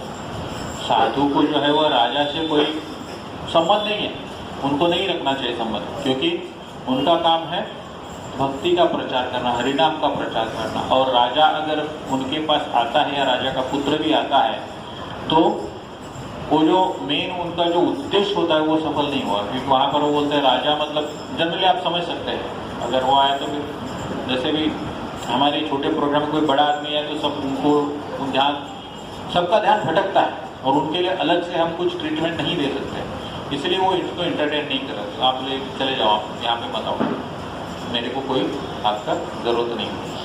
फिर उन्होंने पूरा 1 साल उनका सेवा किया, तन मन धन से सेवा किया, पूरा राजपाट सब छोड़ के। फिर उसके बाद जो लोकनाथ बाबा थे उन्होंने एक्सेप्ट किया कि ठीक है मैं तुमको ये करता हूँ, लेकिन मैं थोड़ा तुमको तुम्हारी परीक्षा करूँगा। बोले ठीक है। फिर वो ध्यान में बैठे थे लोकनाथ बाबा, और वहाँ पर ये छोटे लोकनाथ नरोत्तम दास ठाकुर उनके बाजू में बैठे थे। और वहाँ पर एक किसान आ गया, उसको बहुत प्यास लगी, तो ये लोकनाथ बाबा को पानी मांगने लगा। लोकनाथ बाबा ध्यान में पूरी तरह से मग्न थे। So this can be, compared with the story of Shringi Rishi and Parikshit Maharaj, जहाँ पर परीक्षित महाराज किंग थे और वो पानी मांग रहे थे और वो ध्यान में मग्न थे तो ध्यान नहीं दे रहे थे। उसी प्रकार यहाँ पर लोकनाथ बाबा अपने जो ध्यान में परिपूर्ण लीन थे वो सुन नहीं रहे थे। और यहाँ पर नरोत्तम दास ठाकुर, वो उन्होंने देखा वो किसान आया है, उसको बहुत प्यास लगी है, भूखा प्यासा है बेचारा, तो उसको एक्चुअली पानी देना चाहिए, लेकिन लोकनाथ देख नहीं रहे। तो उसके बाद ये किसान जो है वो उन्होंने इसको विनती करने लगा नरोत्तम दास ठाकुर को। फिर वो चले गए, उनका जो पर्सनल कुआं है वहाँ से पानी निकाल के उसको पानी पिलाया, तुष्ट हो गया और वो किसान चला गया। अभी गुरु के सामने कुछ किया तो गुरु को बताने का फर्ज बनता है। फिर नरोत्तम दास ठाकुर उनको बोले कि आप जब ध्यान में, तभी एक किसान आया था, वो बेचारा भूखा पैसा था, मुझे लगा उसकी कुछ सेवा करे, उसका आत्मा संतुष्ट हो, तो मैंने उसको पानी पिला दिया। तभी लोकनाथ बाबा बहुत गुस्सा हो गए, तुम चले जाओ, तुम पूरी समाज सेवा करना चाहते हो, राजा के कुल से आए हो, जाके अपना राज करो, पूरी दुनिया में अपना दौलत बांटो, पूरी दुनिया की सेवा करो, और जो भी आपको पुण्य कर्म इकट्ठा करना है, जोड़ना है, वो जोड़ लो, वो ये भक्ति तुम्हारे काम की चीज़ नहीं है। नंदा दास ठाकुर रोने लगे, ये क्या बोल रही है, इतना अच्छा तो काम किया मैंने, किसी के पैसे को जल दिया, तो गलती क्या हो गई मेरी? तभी लोकनाथ महाराज बोले, आप जब हरिनाम करते हो, जाप करते हो, तो राधा कृष्ण की सेवा करते हो। राधा कृष्ण की सेवा करते हुए अगर आपको लगता है कुछ और सेवा महत्वपूर्ण है, तो फिर आप मेरा डिसाइपल, भक्त या शिष्य बनने के लायक नहीं होता। देखो कितना महत्वपूर्ण बात है। मतलब हमको ऐसा लाइटली लगता है, हम जाप करते तो हम तो कितना फ़ोन आए तो फ़ोन उठाते हैं, कुछ बचता है तो इधर उधर जाते हैं, बात करते हैं, क्या कुछ नहीं करते हैं। तो ये हरिनाम के बारे में जो बोला जाता है, श्रीनिवासाचार्य प्रभु जी बोलते हैं ना, एक शब्द भी अगर लिया, भगवत गीता को उच्चारण किया, तो भी हमारा जीवन परिपूर्ण होगा। तो आपने कभी सोचा है, मतलब लाखों लोग तो पढ़ते हैं, क्यों नहीं होते? ये जो लोकनाथ बाबा ने जो बताया वो सबसे महत्वपूर्ण है कि हम उस ध्येय से नहीं करते या उस तीव्रता से नहीं करते, क्योंकि हमारा ध्यान कभी 100% लगता नहीं है। ये है बहुत पवित्र, लेकिन उसके लिए बहुत ही सिंसियरिटी आवश्यक है। 100% कमिटमेंट इज एसेंशियल, जो कुछ हद तक नहीं, बहुत हद तक लैक होता है, सब में होता है, इतना सिंपल नहीं है। प्रभुपाद जी ने इसलिए तो बोला था, इतनी बड़ी संस्था है इस्कॉन, इतनी बड़ी है, इसमें एक भी अगर शुद्ध भक्त निकला तो मेरा पूरा कार्य जो सफल हुआ। मतलब कितना मुश्किल है ये समझने, ये उदाहरण के जरिए हम समझ सकते हैं, बहुत ही महत्वपूर्ण है समझना। तो इस प्रकार फिर वो नरोत्तम दास ठाकुर ने उनका माफी मांगा और कंटिन्यू कर, जबकि नरोत्तम दास ठाकुर के हम तो दिन रात इतने भजन गाते, इनका इतना चरित्र है, उनके साथ भी ऐसी चीज़ें होती, तो हम कहाँ। तो ये हरिनाम का जो महिमा है बहुत महत्वपूर्ण है। अभी ये हरिनाम से किसको बेनिफिट हो सकता है, हमने भी देखा, सिंसियरली करना चाहिए। वेदव्यास के नारद जी ने किस प्रकार उपदेश दिया कि आपका क्या मिसिंग है, भागवतम की क्यों रचना करना चाहिए। कंसंट्रेशन, फोकस कितना महत्वपूर्ण है। अभी ये आज के इसका जो लास्ट टॉपिक है वो ये है कि हरिनाम का फायदा किसको हो सकता है, मतलब हमारा क्या योग्यता है। ये कपिला जो है, उनकी मदर थी देवहूति, कर्दम मुनि की पत्नी और कपिल जी की माता। उसको जब ये पूरा ज्ञान प्राप्त हुआ, तभी वो बताती है, अहो बत श्व पचोतो गरियान यज्जिवाग्रे वर्तते नाम तुभ्यम ते पुस्तपस्ते जुहु ससनुरार्यः ब्रह्माणो चूर्णाम गृणन्ति किएते। अहोबत मतलब बहुत ही भाग्यमय, बहुत ही महान है। अहोबत स्वपचेतो, स्वपच मतलब जिसको चांडाल बोलते हैं, जो कुत्ता खाता है, कुत्ते का मांस खाने वाला, उसको चांडाल बोलते हैं। गरियान पूजनीय, यत अहोबतो स्वपचेतो गरियान यत जिवाग्रे, जिवा मतलब टंग, यत जिवाग्रे, जिनकी जिह्वा के ऊपर वर्तते नाम तुभ्य, आपका नाम, तुभ्य मतलब आपका नाम, वर्तते जिनकी जिह्वा आपका नाम का जाप करती है, पवित्र नाम का जाप करती है। ते पुस्तपस्ते जुहु, उन्होंने, जुहु मतलब अग्नि यज्ञ के बराबर है, मतलब जो सिर्फ नाम लेता है वो अग्नि के यज्ञ के बराबर है। शत्रु पवित्र नदियों में स्नान करने के बराबर है। आर्य मतलब जो एडवांस्ड वैष्णव है, आर्य मतलब जो प्रिंसिपल्स को फॉलो करते, the way it is defined, इतना सारा करने बराबर है ये। और वो चांडाल भी रहेगा तो भी चलेगा, आर्य रहेगा तो भी चलेगा, और इतने सारे जो एक उदाहरण दिए इसमें से कोई भी चलेगा, लेकिन सबसे ऊपर है जाप करने वाला। इसका शब्दार्थ इस प्रकार है, वे कितने गौरवशाली है जिनकी जीवा आपके पवित्र नाम का जाप करती है, भले ही वो कुत्ता खाने वाले घर में पैदा हो। जो पूजनीय है, जो लोग आपके पवित्र नाम का जाप करते हैं, उन्हें सभी प्रकार की तपस्या और हवन करना चाहिए तथा आर्यों के सभी अच्छे आचरण प्राप्त करने चाहिए। आपके पवित्र नाम का जाप करने के लिए उन्हें पवित्र स्थानों में, पवित्र तीर्थों में स्नान करना चाहिए, वेदों का अध्ययन करना चाहिए और सभी आवश्यक कार्य पूर्ण करना चाहिए।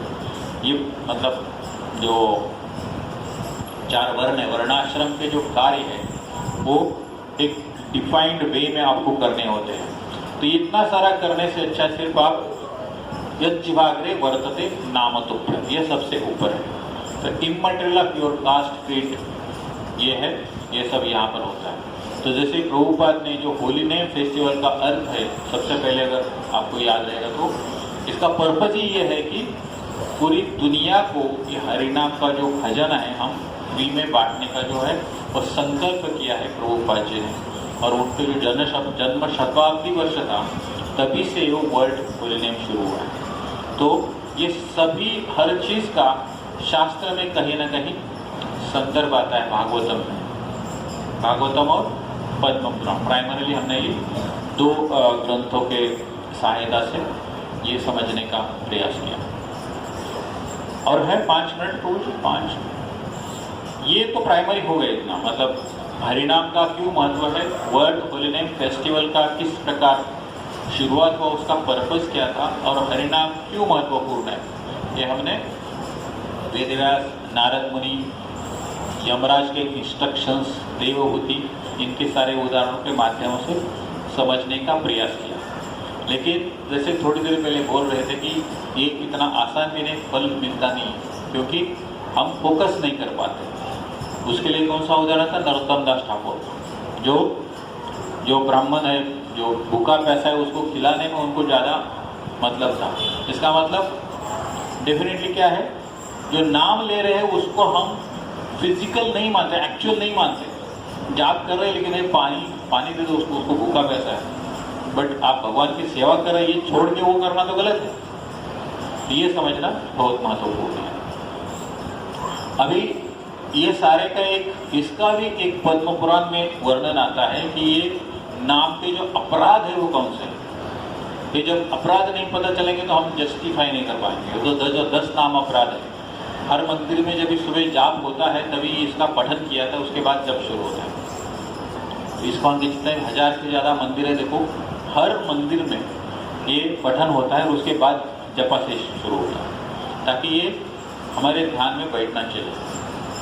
तो सबसे पहला क्या है अपराध, संताम निंदा नाम्र परम अपराधम वितनुते यत ख्यातिम यातम कथम सहते तद विग्रहम। भगवत नाम के प्रचार में संपूर्ण जीवन समर्पित करने वाले महाभागवतों की निंदा करना, ये सबसे पहला अपराध है। मतलब जिन्होंने ये भगवान नाम का प्रसार करने के लिए अपना पूरा जीवन व्यतीत किया, समर्पित कर दिया, बहुत सारे ऐसे महात्मा हैं, उनके बारे में हमें टीका नहीं करना चाहिए। ये सबसे बड़ा अपराध है। नोइंगली अननोइंगली हम बहुत सारी बातें करते हैं, पर बात किया तो क्या होगा, ऐसा नहीं होता। बात करने में इनडायरेक्टली, नोइंगली अननोइंगली हम वी एंड अप क्रिटिसाइजिंग, ये इससे बहुत बचना जरूरी है। वैष्णव अपराध सबसे बड़ा अपराध है। भगवान एक बार माफ़ करेंगे, भगवान के भक्त माफ़ करेंगे, लेकिन भगवान नहीं माफ़ करते। उसका उदाहरण है वो अमरीश महाराज का, क्या अमरीश महाराज, हाँ, तो वो भक्त ने माफ़ कर दिया लेकिन भगवान ने माफ़ नहीं किया। तो इसलिए निंदा जो है बहुत ही महत्वपूर्ण है। भगवान नहीं माफ़ करते, एक बार भक्त माफ़ करेगा। तो संताप निंदा नामना परम अपराध, ये सबसे बड़ा अपराध, परम अपराध है। तो ये पहला है, टीका नहीं करना। दूसरा अपराध है शिवस्य श्री विष्णुर्इह गुणनामादि सकलम धिया भिन्नम पश्चेत खलु हरि नाम अहितकर। शिव ब्रह्मा आदि देवों के नाम को भगवान नाम के समान अथवा उससे स्वतंत्र समझना, ये बहुत बड़ा अपराध है।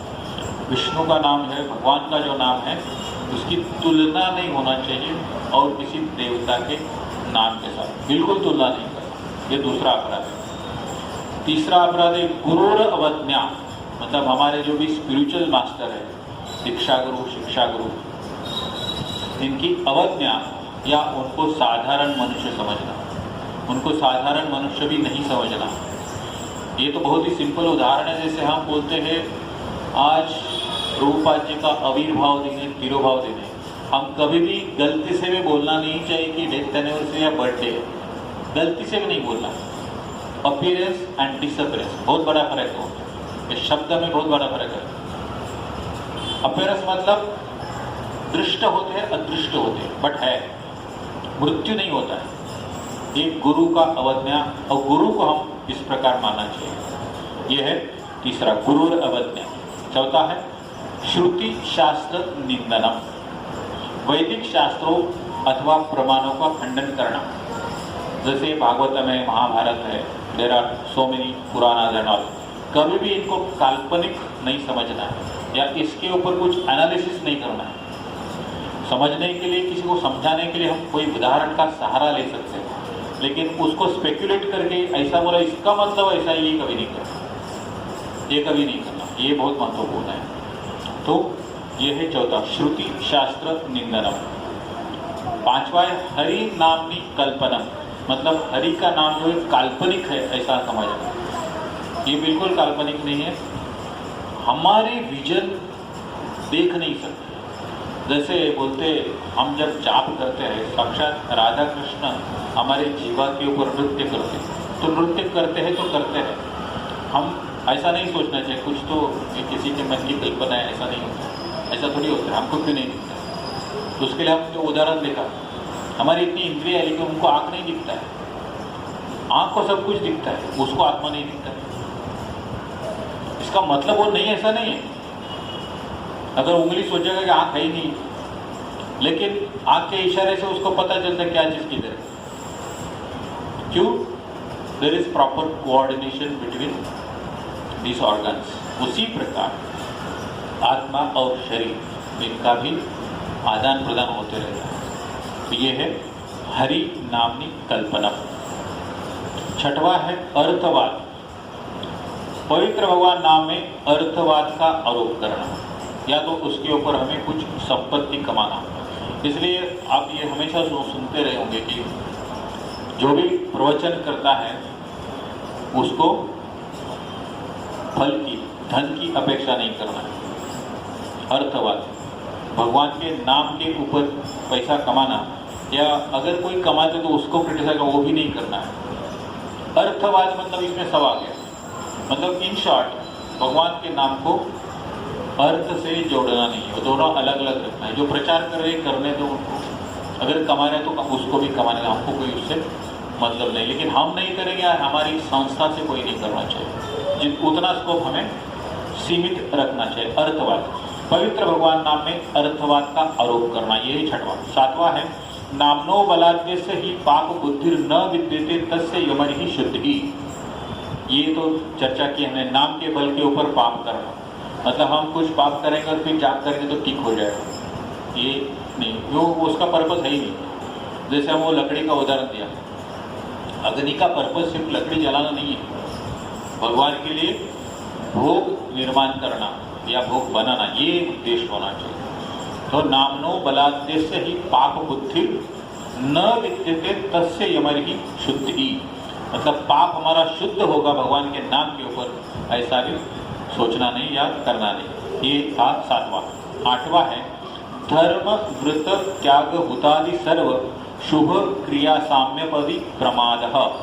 हरे कृष्ण महामंत्र के जप को वेदों में वर्णित एक शुभ सकाम कर्म या कर्मकांड के समान समझना। मतलब ये महामंत्र करने के बाद हमें कुछ फल मिलेगा। कर्मकांड जिसको बोलते हैं, कर्मकांड मतलब सत्यनारायण का पूजा है, शादी विवाह है, तर्पण है, मृत्यु का विधि है, ये सारे कर्मकांड में आता है। मतलब कुछ हुआ तो उसको ठीक करने के लिए कुछ और करो, या कुछ ठीक होना हम चाहते तो उसके लिए कुछ और करो। कर्म और कांड, कांड मतलब एक्टिविटी, कर्म मतलब benefit. So to get some benefit, carry out some activity, that is called as कर्मकांड। लेकिन हरे कृष्ण मंत्र जो है उसको कर्मकांड से जोड़ने का नहीं है। क्या बोलते हैं यहाँ पर? धर्म व्रत त्याग हुतादि सर्व शुभ क्रिया साम्यपमदि प्रमाद। इसके ऊपर बल के ऊपर में प्रमाद नहीं करना है। ये था 8वां। 9वां है अश्रद्धाने विमुखेप्य शृण्वन्ति यश्चोपदेशः शिव नाम अपराधः। अश्रद्धालु व्यक्ति को हरिनाम की महिमा का उपदेश करना। अगर किसी की बिल्कुल कोई श्रद्धा ही नहीं है तो उसको जबरदस्ती का रोज हरिनाम का डोज पिलाने का नहीं। इसका मतलब प्रचार नहीं करना ऐसा नहीं है, प्रचार करना है, प्रचार करना है। लेकिन जब आपको पता चलता है, रियलाइज होते कि ये अश्रद्धालु है, नास्तिक है, बिल्कुल समझने वाला नहीं है, तो उसको छोड़ दो, उसको अपने कर्मों पे छोड़ दें। अश्रद्धालु व्यक्ति को सुनाना ये भी अपराध है। अगर श्रद्धा डेवलप करने के लिए आप प्रयास करना चाहते हैं तो वो कर सकते हैं कुछ हद तक, लेकिन जब पता चलता है कि बिल्कुल सुधरने वाला नहीं तो उससे क्या होगा, वो नाम का ख्याति नहीं होगा। जैसे अब ये तो बहुत सिंपल है, बोलते हैं ना, ये सुनता नहीं तो छोड़ दो, सुनने वाला नहीं, सुधरने वाला नहीं। तो उसी प्रकार अश्रद्धालु व्यक्ति को हम ज़्यादा फोर्स नहीं करना चाहिए। ये था 9वां। और 10वां है श्रुत्वापि नाम महात्म्यम यह प्रीति रहितो अधम अहम मदि परमहो नामनी सोप्य अपराध कृत अपि प्रमाद। भगवान नाम के जप में पूर्ण विश्वास न होना और इसकी इतनी अगाध महिमा श्रवण करने पर भी भौतिक आसक्ति बनाए रखना।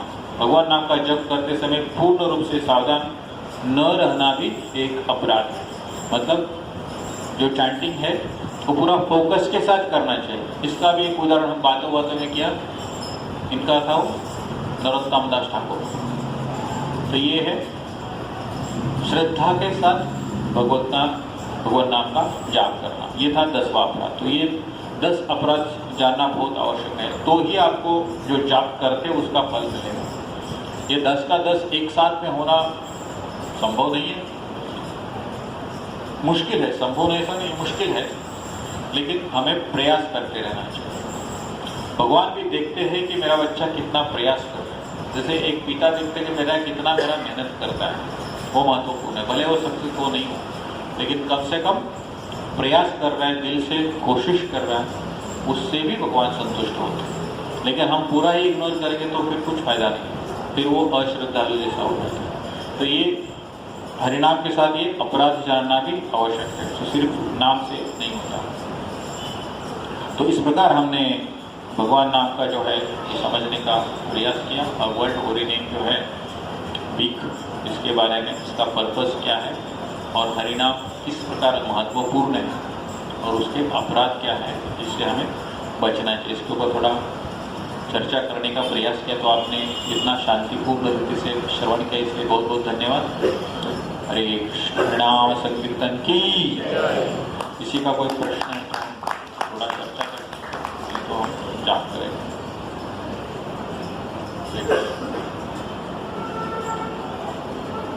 हरे कृष्ण। जस्ट रो। प्रणाम बोल जी, बहुत अच्छी क्लास हुई थी। बहुत सारे रियलाइजेशन आपने बताया, कथा के माध्यम से आपने समझाने का प्रयास किया। आवाज नहीं आ रहा है।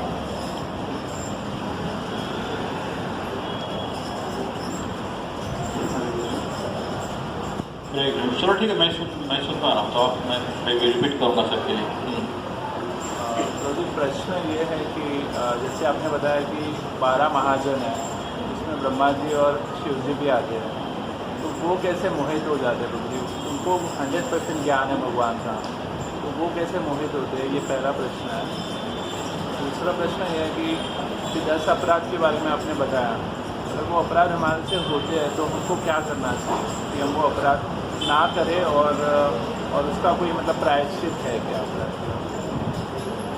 प्रभु जी के दो प्रश्न हैं। सबसे पहला है जो 12 महाजन हैं वो भी कभी कभी मोहित होते हैं, ये बात तो सही है। तो ये क्यों होते हैं, ये प्रश्न है उनका पहला प्रश्न। और दूसरा प्रश्न है 10 नाम अपराध है, इससे हम कैसे बच सकते हैं, मतलब कैसे प्रयास कर सकते हैं। तो पहला बात तो ये जो 12 महाजन है इनको भगवान के नाम का पूर्ण ज्ञान है। साफ साफ यमराज जी बताते कि दे नो लॉर्ड कंप्लीटली 100%, लेकिन वो भी सुप्रीम लॉर्ड नहीं है, मतलब एक लेवल जो उनका भी थोड़ा नीचे है। तो भक्ति रसामृत सिंधु में इनका जो क्लासिफिकेशन दिया गया है, जो जितने भी भगवान के अवतार है, फॉर एग्जाम्पल मैक्सिमम जो है कैरेक्टरिस्टिक्स ऑफ द लॉर्ड वो 64 है, 64 गुण है भगवान कृष्ण जो सुप्रीम पर्सनैलिटी ऑफ गॉड है। और बाकी सारे जो होता है उनका 64 से थोड़ा कम रहता है, भले उनको ज्ञान है। जैसे राधा रानी की भी 25 गुण है, आप पूरा उसका पूरा क्या बोलते हैं उसका आधार है शास्त्रों में। तो जो भी उनको 64 से कम है they are likely to deviate, but उनका ज्ञान ठीक होता है। जैसे प्रभुपाद जी भी एक बार प्रवचन में बोल रहे थे, मैं भी एक मनुष्य हूँ, मेरे साथ कुछ दोष हो सकता है, गलती हो सकती है, लेकिन मैं जो बता रहा हूँ वो 100% सच है। जो फिलॉसफी है भागवतम है इसमें कोई गलती नहीं है। एज अ ह्यूमन बीइंग मेरे साथ कुछ अपराध हो सकते हैं क्योंकि मैं भी एक इंसान हूँ, प्रभुपाद स्वयं बता, लेकिन जो ज्ञान मैं दे रहा हूँ वो परिपूर्ण है। तो आपको जो ज्ञान मिल रहा है उसमें कोई शंका नहीं है, देने वाले में थोड़ा खोट हो सकता है। तो उसी प्रकार ये कुछ होते हैं, कुछ उसके सिद्धांत में आप बोल रहे हो सही है, वहाँ पर है कुछ, बट दैट इज ओके, हमको उससे देखना नहीं है। उसी प्रकार हम डे टू डे लाइफ में भी सो मेनी वैष्णवास, हमारे मंदिर में 1000 लोग मिलते हैं, लेकिन उनका जो तत्व है उसमें हमें कॉम्प्रोमाइज नहीं होना चाहिए। अब हो सकता है किसी से कोई अपराध होता होगा, दैट डजंट मीन कि हम उसको एक प्रताड़ना करें या उनका आदर नहीं करें, ऐसा नहीं। तो ये क्योंकि उसमें क्या होगा, हमारा ही लॉस है उसमें। तो बिकॉज ऑफ दिस कैटेगराइजेशन ये थोड़ा होता है, लेकिन उनका जो ज्ञान है वो परिपूर्ण होता है, उनका फिलॉसफी सही होता है। हमें फिलॉसफी के ऊपर ध्यान देना चाहिए। तो ये थोड़ा मैंने प्रयास किया, it may not be 100%, but that's what. और दूसरा था इनके जो 10 नाम अपराध है। सबसे पहले तो पहला स्टेप ये है कि 10 आप सभी को बाय हार्ट करना चाहिए कि 10 क्या है। पहला रिक्वायरमेंट ये है कि क्या अपराध है वो जब तक पता नहीं चलेगा तब तक फॉलो कैसे करेंगे। जैसे हमारे रूल्स होते हैं, ट्रैफिक के रूल्स होते हैं, ये सिग्नल तोड़ना नहीं है, अगर पता नहीं है तो फिर पेनल्टी तो लगेगी। तो पता तो करो 10, और उसके बाद हमें प्रयास करना आवश्यक है। जैसे हम लास्ट में बोल रहे थे कि भगवान ये देखते हैं कि मेरा बच्चा प्रयास कितना कर रहा है, ये रूल नहीं तोड़ने का प्रयास कितना कर रहा है, ये बहुत महत्वपूर्ण है।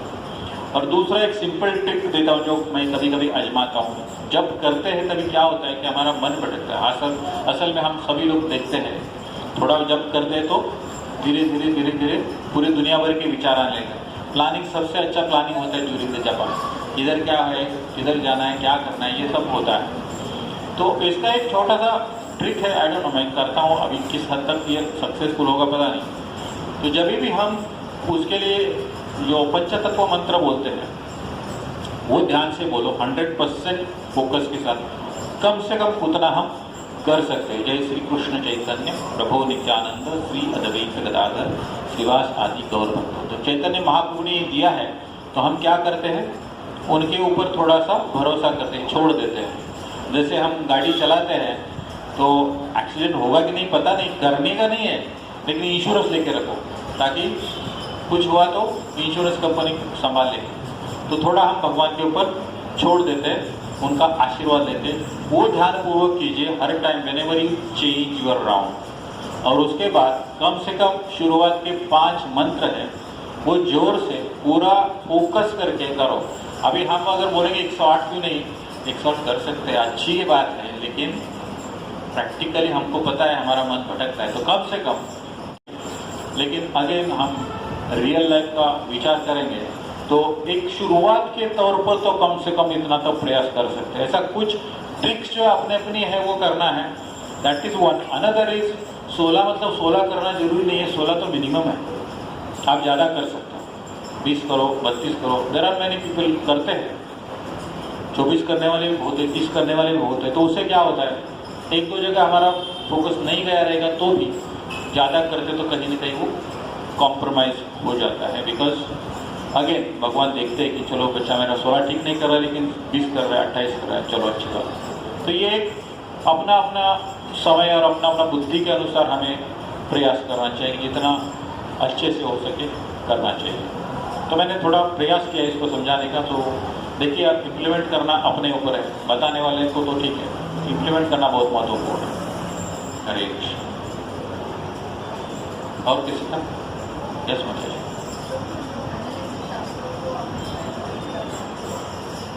हाँ, एनालिसिस नहीं करेंगे।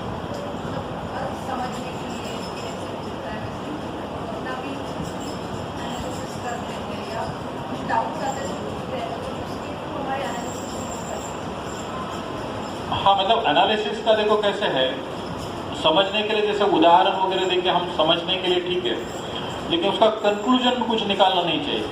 या ऐसा बताया मतलब अभी ये चल जाएगा, तो उन्होंने तो ऐसा हुआ है, ऐसा ऐसा बताया, ये नारद जी का भी मन भटक गया तो मेरा भटक गया तो जगह नहीं है, नहीं करना है। यहाँ तक ठीक है, समझने के लिए ठीक है, और क्योंकि उसके पीछे कुछ और रीज़न हो सकता है, भगवान का प्लान हो सकता है, तो हम समझने के लिए किसी उदाहरण को कोरिलेट कर सकते हैं, लेकिन अनुमान निकालना थोड़ा प्रॉब्लम हो जाता है। बिकॉज अगर आप देखेंगे तो भगवद गीता जो है बहुत सारे लोगों ने लिखी है, अपनी भगवद गीता, तो उसके ऊपर श्लोक कम है और यही ज़्यादा है, अपना उनका एनालिसिस ही ज़्यादा है, तो वो अनुमान लगा देते हैं, तो वो थोड़ा प्रॉब्लम है उसके बेस पे फिर यू कैन डू एनीथिंग। जैसे वो प्रभु जी उस दिन बता रहे थे, गीता पूरा कंटस्ट था एक बंदे का, वो रघुनाथपुरी, वो हमारे मित्र है, उनका जो क्लासमेट था, पूरा गीता बाहर, जबकि गीता में लिखा है पत्रम पुष्पम फलम तोयम यो में भक्त प्रिय, और जो भगवान को दिया है वो ही लेना है, वो भी लिखा है, लेकिन फिर भी ये मैकडोनल्ड्स में जाता है, तो फिर फायदा नहीं, मतलब वो पढ़ के भी फायदा नहीं। तो हमें क्या करना चाहिए, उसको इम्प्लीमेंट करना चाहिए। और फिर जैसा भी और एक जन बता रहा था, हमको बताओ भगवद गीता में कहाँ लिखा है कि महामंत्र जाप करना है, पूरी गीता में किधर नहीं लिखा है, फिर आप क्यों बोलते जाप करना है। ये एनालिसिस और कंक्लूजन। लेकिन गीता में यह भी लिखा है सततम कीर्तयन्तो माम, आप हमेशा मेरा कीर्तन करते रहो। तो फिर जिसको जिज्ञासा है उसको ये प्रश्न होना चाहिए कि हाँ, भगवान कृष्ण ने बोला सततम, तो कीर्तन क्या करना है। तो फिर उसको कलिसंतरणोपनिषद पढ़ना पड़ेगा, जिसमें लिखा है इति षोडश नामनम महामंत्र, जो हरे कृष्ण महामंत्र, उसका पूरा वर्णन कलिसंतरणोपनिषद में है। तो इस प्रकार हमें क्या होता है कि पूरा ज्ञान मिलता है धीरे धीरे। जब तक हम सवाल नहीं करते हैं तब तक नहीं हो सकता, फायदा नहीं हो सकता। सवाल करना बहुत जरूरी है। प्रभुपाद जी का फर्स्ट टाइम जब इंडिया में प्रीचिंग चालू किया उन्होंने, तो मुंबई के ऊपर काफ़ी फोकस था उन्होंने। तो साउथ बॉम्बे में एक बड़े बिजनेसमैन के टेरेस के ऊपर उनका डिस्कोर्स हुआ, अशोक बिरला, और बहुत अच्छा प्रवचन हो गया। लेकिन प्रवचन के अंत में वहाँ पर गिरिराज स्वामी महाराज ने जो श्रोता थे उन सबको बोला कि कुछ प्रश्न है, तो कोई प्रश्न नहीं पूछा। तो गिरिराज महाराज बोले, आपने प्रश्न नहीं पूछा, मतलब प्रभुपाद जी ने जो भी बताया उससे आप एग्री करते हो, तो इसका मतलब कल से आप 16 माला करोगे, पूरा सरेंडर करोगे और जपा भी करोगे। तो प्रश्न पूछना भी बहुत आवश्यक है, क्योंकि जब तक हमारी शंका नहीं निकलती है तब तक हम सरेंडर नहीं हो पाते। और सरेंडर होने के हेतु अगर हम शास्त्र को पढ़ के कुछ एनालाइज करेंगे तो अच्छा है, क्योंकि हमारा उद्देश्य उसको स्वीकारना है, सरेंडर करना है।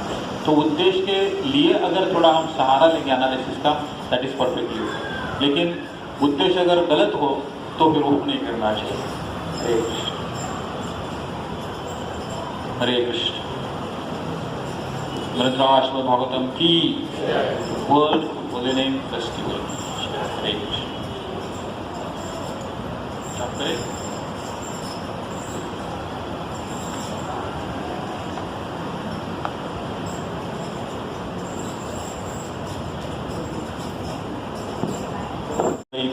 श्रीवासदि गौर भक्त वृंद।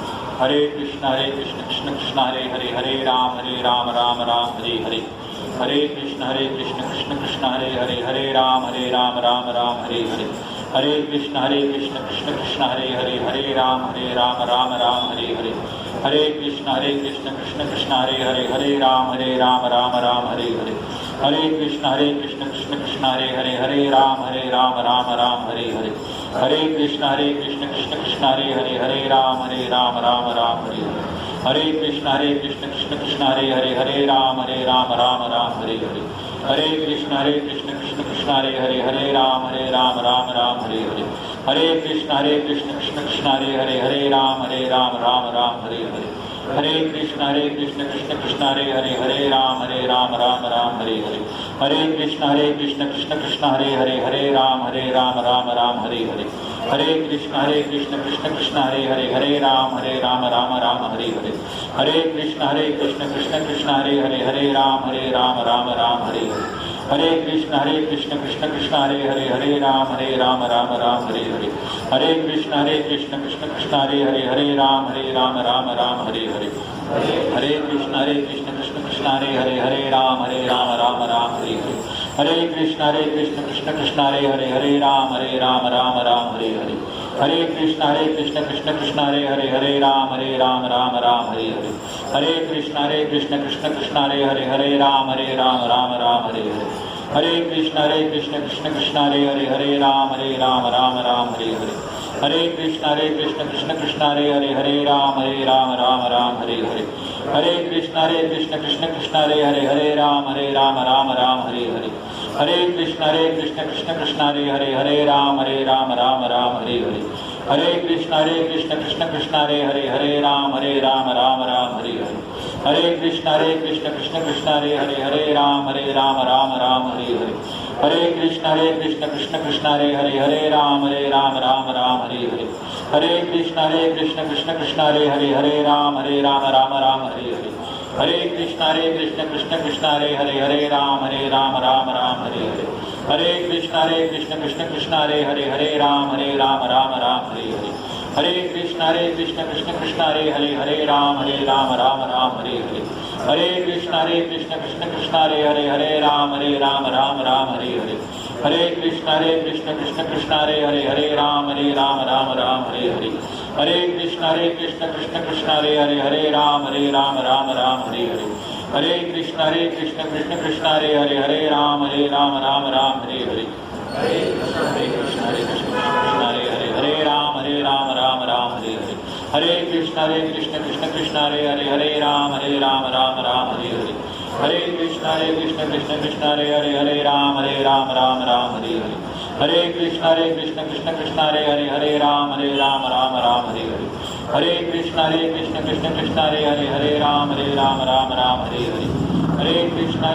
कृष्ण कृष्ण हरे हरे, हरे राम राम हरे हरे। हरे कृष्ण कृष्ण कृष्ण हरे हरे, हरे राम राम हरे हरे। हरे कृष्ण कृष्ण कृष्ण हरे हरे, हरे राम राम हरे हरे।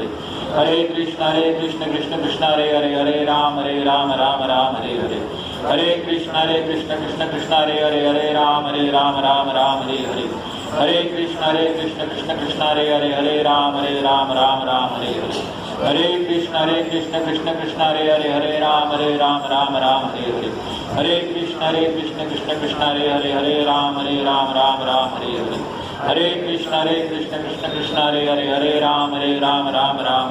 हरे कृष्ण कृष्ण कृष्ण हरे हरे, हरे राम राम हरे हरे। हरे कृष्ण कृष्ण कृष्ण हरे हरे, हरे राम राम हरे हरे। हरे कृष्ण कृष्ण कृष्ण हरे हरे, हरे राम राम हरे हरे। हरे कृष्ण कृष्ण कृष्ण हरे हरे, हरे राम राम हरे हरे। हरे कृष्ण कृष्ण कृष्ण हरे हरे, हरे राम राम हरे हरे। हरे कृष्ण कृष्ण कृष्ण हरे हरे, हरे राम राम हरे हरे। हरे कृष्ण कृष्ण हरे हरे, हरे राम राम हरे हरे। हरे कृष्ण कृष्ण कृष्ण हरे हरे, हरे राम राम हरे हरे। हरे कृष्ण कृष्ण कृष्ण हरे हरे, हरे राम राम हरे हरे।